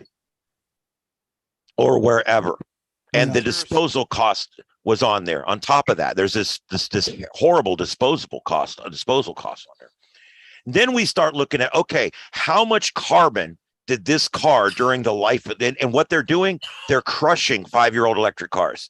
They're literally taking them to the crusher because the car's not worth putting another battery in and disposing of the battery. So they're just bringing them to the crusher. Now we're having a problem with battery powered cars arriving at the crusher. And now the people at the junkyards don't want these cars because they can't afford to dispose of the batteries legally. You cannot just crush the battery in the car. It has to be disposed of separately. You might as well have a nuclear power plant to get rid of. Right. So here now we're having a problem even finding a junkyard to take your old electric car when you're done with it. I mean, it's really, really crazy what's going on right now. So what's that done to the resale value of electric cars? It's Zippo. It destroyed it. A 5-year-old electric Prius is worth about $300. Because if it still runs and it has the old battery in it, it's not worth anything. Now, if you can prove that you've put a new battery in it in the last year, you'll get $7,000 for it. It's a good car. But if that battery's no good, you're not going to get anything. And that's another one of these amazing problems that we're having with electric cars. Now, I've gone through that life cycle of the car from start to finish. That car will cost you more than it will ever save you by the time you're done. And if you keep it more than 5 years, you're going to go into the hole $7,000 or $8,000 just to keep it on the road. Now, we've talked about all that. Let's talk about the damage that these used batteries are doing to our environment. Let's talk about the fact that the only place we can get the cobalt, which is necessary to make these new batteries when they're new, 80% of it comes from third world countries where they're using child labor to dig it out of the ground. So how green is that? And then when we're done with them, we can't bury them. They have to go somewhere. You add all that up. Now, we've talked about everything but safety. Let's take safety. I'm not going to talk about how these electric cars are really small cars and your chance of dying goes way up in a small car. I'm not going to talk about any of that. You're 3 times more likely to die in a car wreck in a Prius as you are a Ford F-350. That's a fact. It's a fact. We know that. So I'm not even going to talk about that because we know about that. That's small cars in general. It's not electric cars. But let's talk about the safety of you on a road in Minnesota with 1,000 other drivers when a split blizzard comes in, a split second blizzard comes in, and it freezes you and 15,000 other motorists, which this happened, last year? Yeah. And Happens those all the time. batteries lose their energy in the cold. Yep. Do you know how long a idling Prius, electric Prius, not really idling, but a Prius, an electric Prius, do you know how long it can sit there in a stopped state and run its heater? Probably 5 not. minutes? It's not very long. If you, let's say you have you've drove it for about 100 miles, it's fully charged, it'll probably sit there and heat for about 2 hours. And then after that, now you can ration that, of course. What ended up happening is the few people that were stranded in electric cars were going to die. So they dug themselves out and made it to people with gas powered cars and crawled in with them. And that's how they survived the night. Yeah. So we've got a car. Now, let me give you another scenario. Okay. You're here, you're in Florida, a hurricane's coming, Cat 5. It's Hurricane Ian, and it's coming up through the Gulf. And it's going to kill everybody. So you got to load up your dog and your cat and your wife in your car, and you got to evacuate now. And so is everybody else. But you're fully charged. You're good. You've got 300 miles. Actually, when they're fully charged, you get like 250. You'll never get 300 because that doesn't, you don't get that much if you run the air, the radio, the lights. All that takes away from the mileage. They don't tell you that either. So you're on the road, you've got this thing loaded down, you've got your ex-cargo carrier on the top, and you've got your little trailer on the back, you got everything your own on this thing, and you're heading down the road, and you get in traffic and you're stopped. You're stopped. Everybody's breaking down on the side of the road because they're out of gas. People have been waiting on the interstate for 8 hours. They're out of gas. They're sitting on the side of the road. You're sitting on the side of the road. The difference between you and the other cars is the state's coming down with a gas truck and getting all them going. Mm-hmm. AAA's coming with gas trucks, getting all these people going. The state literally will drive a gas truck down the side of the road and get people going in a major situation like this. They do not send a battery truck to come and sit for 6 hours and charge your car. There's actually a picture I saw the other day of a guy that bought an electric car and then he started traveling for work. He actually bought a small 10 kW generator trailer and he tows the trailer around on the back of the car and it's running, charging the car while he's driving. No doubt running with fossil fuels. Running on gasoline or diesel. Yeah, absolutely.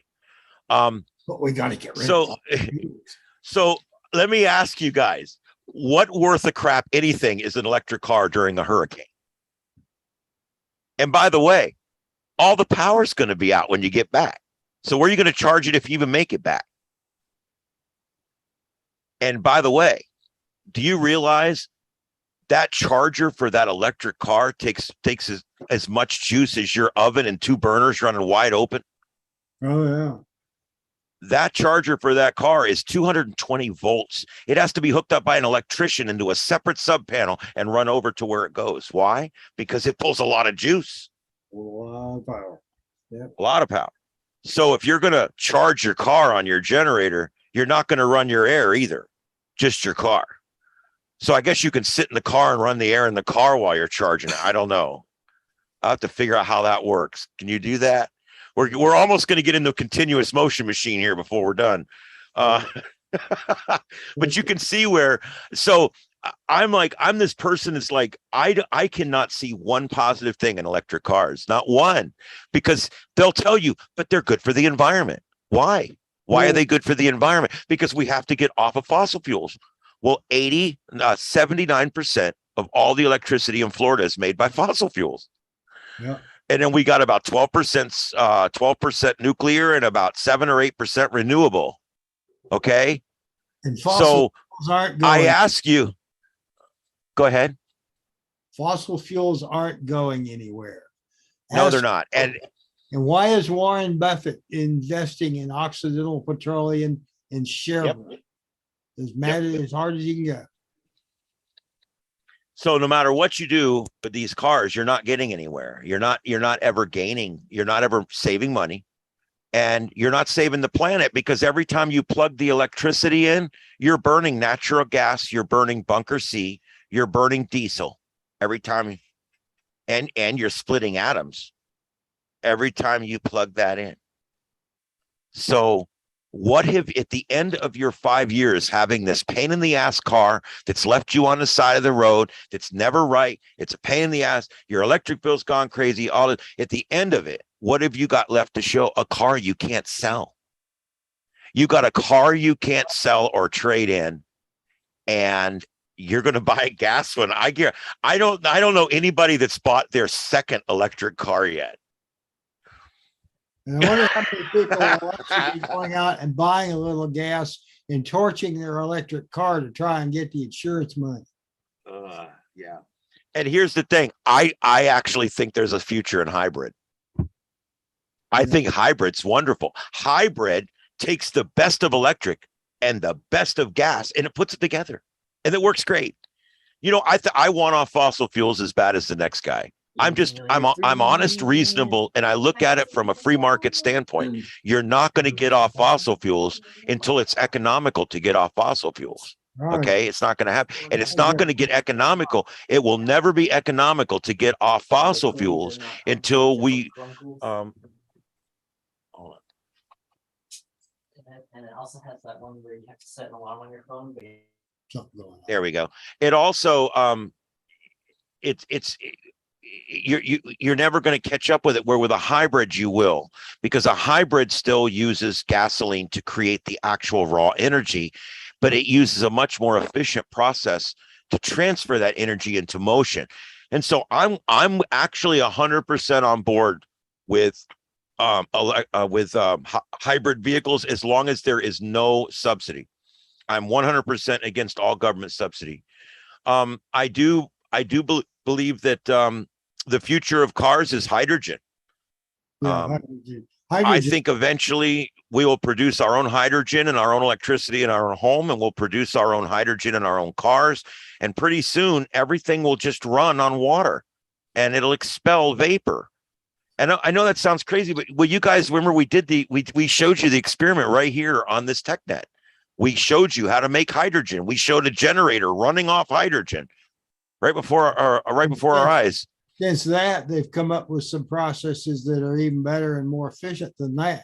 Absolutely. Those are rudimentary processes I showed you guys. They've come up with much better stuff than that by now.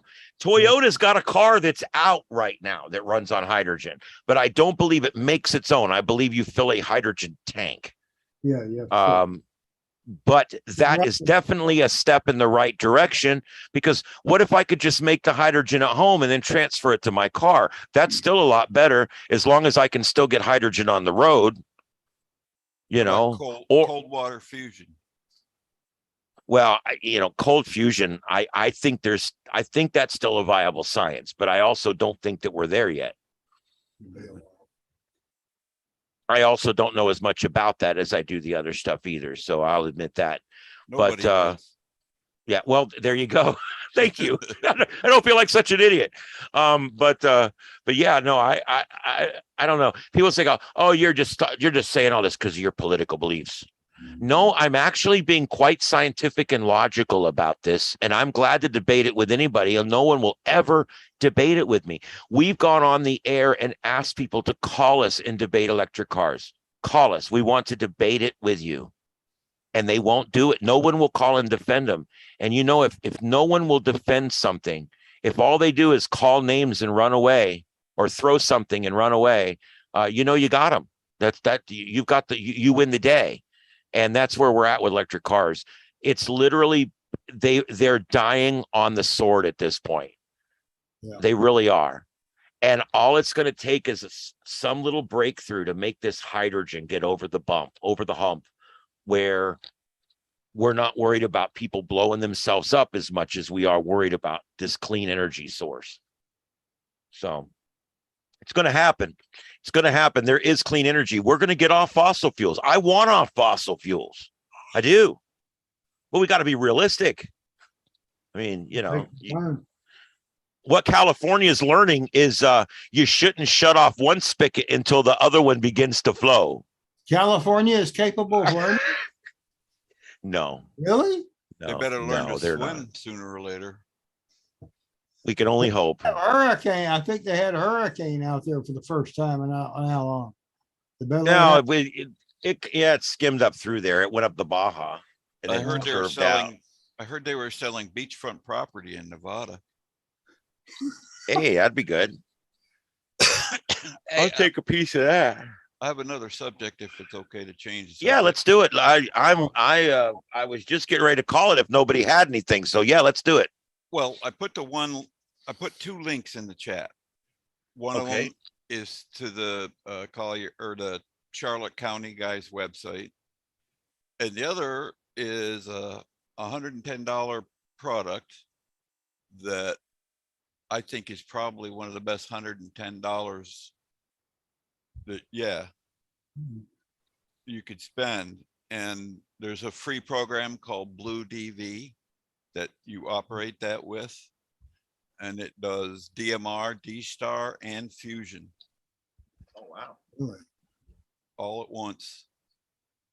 You're In kidding. fact, nope, you don't even need a radio. Your computer, you can do it over. Let me see if I can get this camera. So with this, I could participate like on the Fusion net. Yep. What Fusion net? The Fusion net here in town. You got one on Uh, Wednesday at 8 o'clock, I believe. Well, the problem with that is that they're on a, oh, it's backwards. But this is the main window.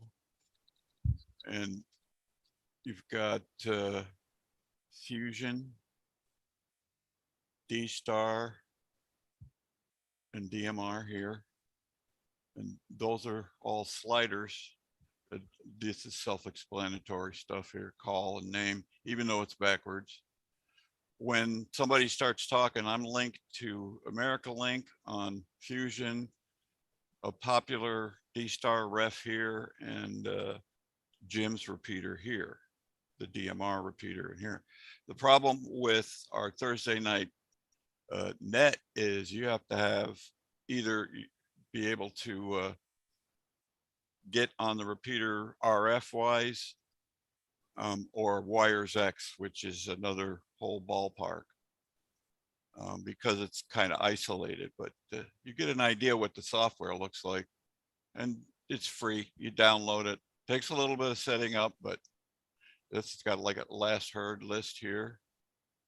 See, this has been my big problem with this whole digital thing is I don't like the proprietary nature of some of it. And I really hate, I want to be a part of that net. I like those guys on there and I love that net. Yeah. And, but I can't get on it because I'm not buying a Fusion radio. It's ridiculous. Well, there is a Yaesu for $175, brand new. It's really good quality too. Yeah, I don't like proprietary shit sometimes, and I have a hard time. I have to buy it from them. You know, that's where I get the proprietary from. I have to buy it from them. And I don't want to buy it from them, you know. I don't buy new equipment, first of all. I don't know. Whatever. This is why I left this whole digital voice thing a year ago and never looked back because I just didn't like I don't like the proprietary. I don't like being told, well, this works, but it don't really work with that, but it works with this, but it don't work with that. And then when you get it, it doesn't work with anything. And I don't know. I'm sorry. I have a very dim view of digital voice. Maybe we can fix that. I don't I'll try. I'm not saying it's irreparable. I'm just saying that I've had a thing over the years with it over this last year with just, oh my God, I tried so hard to get on all these different ones. And I was looking for radios and the cheapest I could find at the time to get on Fusion was like $260. And The D Star, I was expensive. I didn't even really look into that far. And then like Out I of said, the I got the world. DMRs and never got them working. And Well, So, a I lot don't of know. people are very similar to your opinion, and they end up getting somebody to do it for them and hand them back the radio. Which is actually, it's handy for a lot of people. I know, and I'm okay with that, but I like to be the one. The whole idea is I programmed everything I got, I built everything I got. I like that. But I just don't feel like I'm smart enough to program those things. I My didn't think God. so. It And takes a I little even bit. I had people sending me code plugs, and all I had to do was blow the code plug in there and it still didn't work.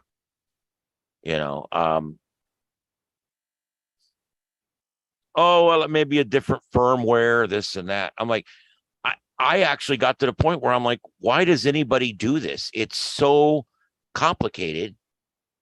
And like with DMR, I don't think the quality on DMR is better than analog. I think analog's better. That's my opinion.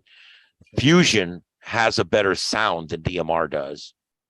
Fusion has the In best audio. Yeah, Fusion. Yeah, and I've not really listened to any of the D Star, so I can't comment. But if you compare DMR to Fusion, Fusion is light years ahead on sound quality. DMR's got the sound to it, and sometimes I find it hard to understand on there. I don't know. I even pulled up that page you showed me and was listening to a bunch of nets and stuff on there, and it's cool, but I don't find the DMR to be as good a quality. I would rather talk to somebody on an analog. Well, do you know that And Fusion is the only one of those companies that is proprietary? There are technically, yeah. parts of D-Star that are proprietary too. Well, Codec. That's is- why I said technically. I was told that D Star is kind of in and out. It's the there's codec- part of it. they licensed it through their radios, but like Kenwood was allowed to make D-Star radios too. They made them so Yeah, but loud. if they've got a process that they're only putting in their radios or other people that pay them to put it in their radios, that's proprietary. That's what they are. But Yeah. Yeah. the codec. D-Star basis is not proprietary. I mean, it was made for hams by hams. And So DMR could I put that process in my own radio? Could I make my own radio to do that process? I mean, No, And 'cause you have I- to have the chip, right? right? Which that we're back. somehow that little device does. The $110 device does Yeah. that. DMR was originally public service stuff. Yeah. And, Yeah, DMR is basically some of the first digital stuff that Motorola came out with for public safety. That's what I was told. And Yep. it sounds like crap. It does. I can understand why they didn't use it. it's not the best digital mode, but It sounds so bad. I can't believe the people who made DMR sat down and they programmed it and they listened to it and said, yes, this is acceptable. Let's push this as a product. Well, what and makes- but on the and let me just say one thing, and it's yours. In the defense of DMR, when you're using Fusion, you're talking to each other on $300 and $400 radios. When you're talking to somebody on DMR, you're on a $69 Bofang and he's on a $69 Bofang. So I think that might be part of the quality problem. Even with and there's some videos on YouTube of the radio I bought, the Motorola radio, on a DMR ham radio repeater. And the Motorola gear does help a little bit apparently, but it still just sounds so bad. Well, it depends on what you're listening to, I guess. But it's not as clean as Fusion is, and I can only say D-Star through computerized. I don't know what it sounds like in a. I've used Comrade. D-Star several times, and it's definitely better than DMR. Yeah, it's been around. It's complicated. It's the older one, but it's also versatile. There's a lot you can do with it. And Yaesu's the one that owns Fusion. That's YSF stands for Yaesu Systems Fusion, and they got the HRI 200 units. Those are what links their newer radios to the internet. And that stuff is pretty cool, but again, you have to spend more money, you know. Yep. DMR's been around, it's cheaper. You can get one of the ones that are all Motorola style, and they don't show the call signs or anything, they just show their ID number. Yeah. And they work just fine. You just have to, if you want to do DMR, you have to learn a little bit. Yeah. Well, and that's why I'm thinking that might be the thing to do, is to get like this stick here and set up a computer here with a radio so that I can set up a repeater that so that I can connect a DMR room to a repeater. I know, and we talked about this earlier, but I'm back to that again. I really like that idea. Well, because that would give anybody in the world the ability to talk to us about what's going on here and you know, check in or whatever. I'll be glad to help you. Yeah, I appreciate it. I'm going to, and so if I'm just doing DMR, do I need this stick? I don't think there's one that does just DMR. But Okay, you but can what I'm turn- asking is do I need a stick at all if I'm doing DMR? Just DMR. If you have a DMR ID and you know what you're trying to connect to, you can just use that program I showed you earlier, Droid Okay. Star. Yeah. You should be Okay. able to do that without even owning a radio or a chip or anything. Those little nodes that you can buy for $100, those are for connecting to a radio. So if you want to bypass that whole thing, I'm pretty sure you can just use the software, but you have to have a DMR ID, which I can show you how to make one. I have one. Every And then time you plug that into the software. every time I try to get on Brandmeister from my Android Star from my desktop computer, it tells me I got bad configuration.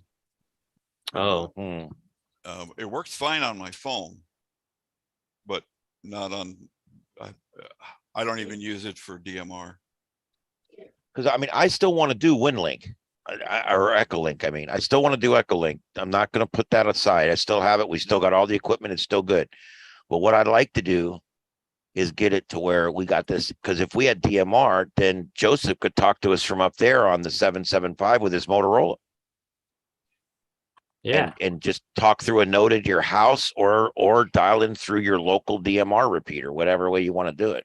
Yeah. But it would give you and everybody else out there a way to dial into that repeater besides just Echolink. I think that would be cool. You have to put All Star on it too. They like that. Oh, yeah. Well, that's what that box is that Ian has, the Raspberry Pi thing. That's an all-star box. Yeah.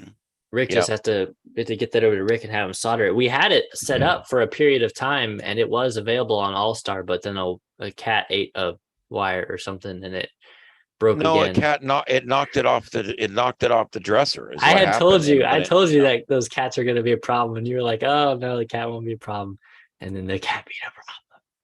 Yeah, whatever. Lucky he didn't eat the whole thing because cats will do that sometimes. Yeah, but like have we could all- hear audio, which couldn't transmit. I like Echolink. I just have one problem with it. I know it's time to go to bed, but you can't be sneaky with Echolink because as soon as you connect to a node, your call sign's out there. Yeah, I get on there Yeah, and they're and- like, "Oh, hi, Joseph." They've already looked up my name and everything. It's like, well, the one time I used it, I was going to listen to the Sunshine Net for a while, and as soon as I dialed in, they called me, and I'm like, I wasn't even going to check in. I'm just listening. Can't work on the net. It sucks. Nope. Yeah. yeah, there's a node in Huntsville, KB4CRG-R is the node name, and as soon as you connect, it says KM4OVZ connected. Like the voice comes on and says your call sign when you connect. That's embarrassing. Yeah. No sneaking allowed. Well, you can't. I'm sure you can hit their 146.745 repeater from your place, can't you, Ian? Yeah, I'm sure I can. I haven't tried it. Cause that's, Is that at the EOC? I'm not sure where it is, but you could listen to the morning net on that, Oh, okay. the Sunshine Net. Oh, no, I know. No, I know. I was, like I said, I was on vacation one time and I was just sitting there bored one morning. My family wasn't up yet. And I was like, well, I'm gonna put on a Sunshine Net, see what's, because back then I was talking on it all the time. I was even filling in. And I just kind of got away from it. When my big Yankees quit working right, I just kind of quit doing it. I like it. I still like them guys up there. They're a bunch of good guys. Yeah, they seem to be. I'm a member of CC Flares. I do drills with them a couple times a year. So All right, it's time to go to bed. yes, it is. I agree. Yeah. Anybody else have anything else real quick? Can't think of anything. I have an important question. Okay. Good evening, everyone. First of all, Hey, what's up? what is the weather predicted to be over the next starting tomorrow in Southwest Florida? Because I'll be there tomorrow. Oh, okay. Well, yeah, I got that right here, actually. Give me just 1 second. I'll pull it up for you. I was watching earlier and I saw the storm pass by St. James City. Yeah, we had a couple of good ones earlier, but it wasn't that bad today. We've had some really rainy days lately. Yep. Here's the 10-day. Let's see, a 91 for tomorrow. Yeah. But the temperatures are moderating a little bit. Notice, guys, we're teetering between 91 and 88 now instead of between 96 and 93. So we've actually come down a bracket here, which is fine with me. But you can see here every single day we've got the afternoon thunderstorms coming in. Great. And then the nights are going to be 75, 76 at night, 74. The nights are always balmy this time of year. Yeah, but the humidity goes up. Yeah, it's bad. I mean, and when I say balmy, I probably don't use that right. It's like air you can wear. Yeah. It's like thick tropical air at night here. It's really bad. But But it looks Go like ahead. thunderstorms every day. Oh, yeah. That's August. This is August, September. This is what we call the August pattern, which normally starts about the third week in July. And you just start getting this every single day where you get the rain chance go up to 50 or 60%, go to about 8 o'clock at night and drop back down to almost nothing again. Have you That's noticed just- just about every little cumulus cloud has lightning? Yeah. Yeah. I'll tell you, tonight was the least amount of lightning we've had in a week. Yeah. I just want to be able to we- take the boat out at least a couple of times while I'm down there. Well, like I tell everybody in Florida, you look and check because most mornings, the mornings are clear. You get out there. Now, every now and then there's coastal storms in the morning. That happens every like 2 out of every maybe 10 days. If we get an onshore in the morning, sometimes we'll get those parallel storms that run up the coast. But other than that, the mornings are great here. And then you just have to watch for the building clouds towards afternoon. That's why if I had a boat here, man, I'd go out first light and I would spend the morning out on the water and then come in before lunchtime. I'd eat lunch at the marina and go home. Maybe that's what we'll do. Yeah, I mean, that's how you got to do it down here. There's no afternoon sports this time of year down here. No, I see that. Every day it's like this down here. You can see it. It's like, it almost looks like an EKG. Every single day it rains. But this will end. I mean, come the second week in October, this comes to a screeching halt. So sometimes by the end of September, it's already over with. So you 3-4 more weeks of this is all you got. And then we get in the fall, which is really the best time of year down here. We get that first cool front. Yeah. People up north are like, yeah, our fall starts here in August. I'm like, really? We're lucky if we get fall started by November 1st. But normally we get that first cold front right before Halloween, historically speaking. And it's usually really weak and it just takes the humidity out of the air for about 36 hours. That's all it does. About right. Yeah. And then we'll start usually about the first or second week in November. We'll get a cold front where we can actually feel the difference. And then, then it gets much better from there. Our best weather of the year is December, January, February. Absolutely the best weather. Just do everything down here. That's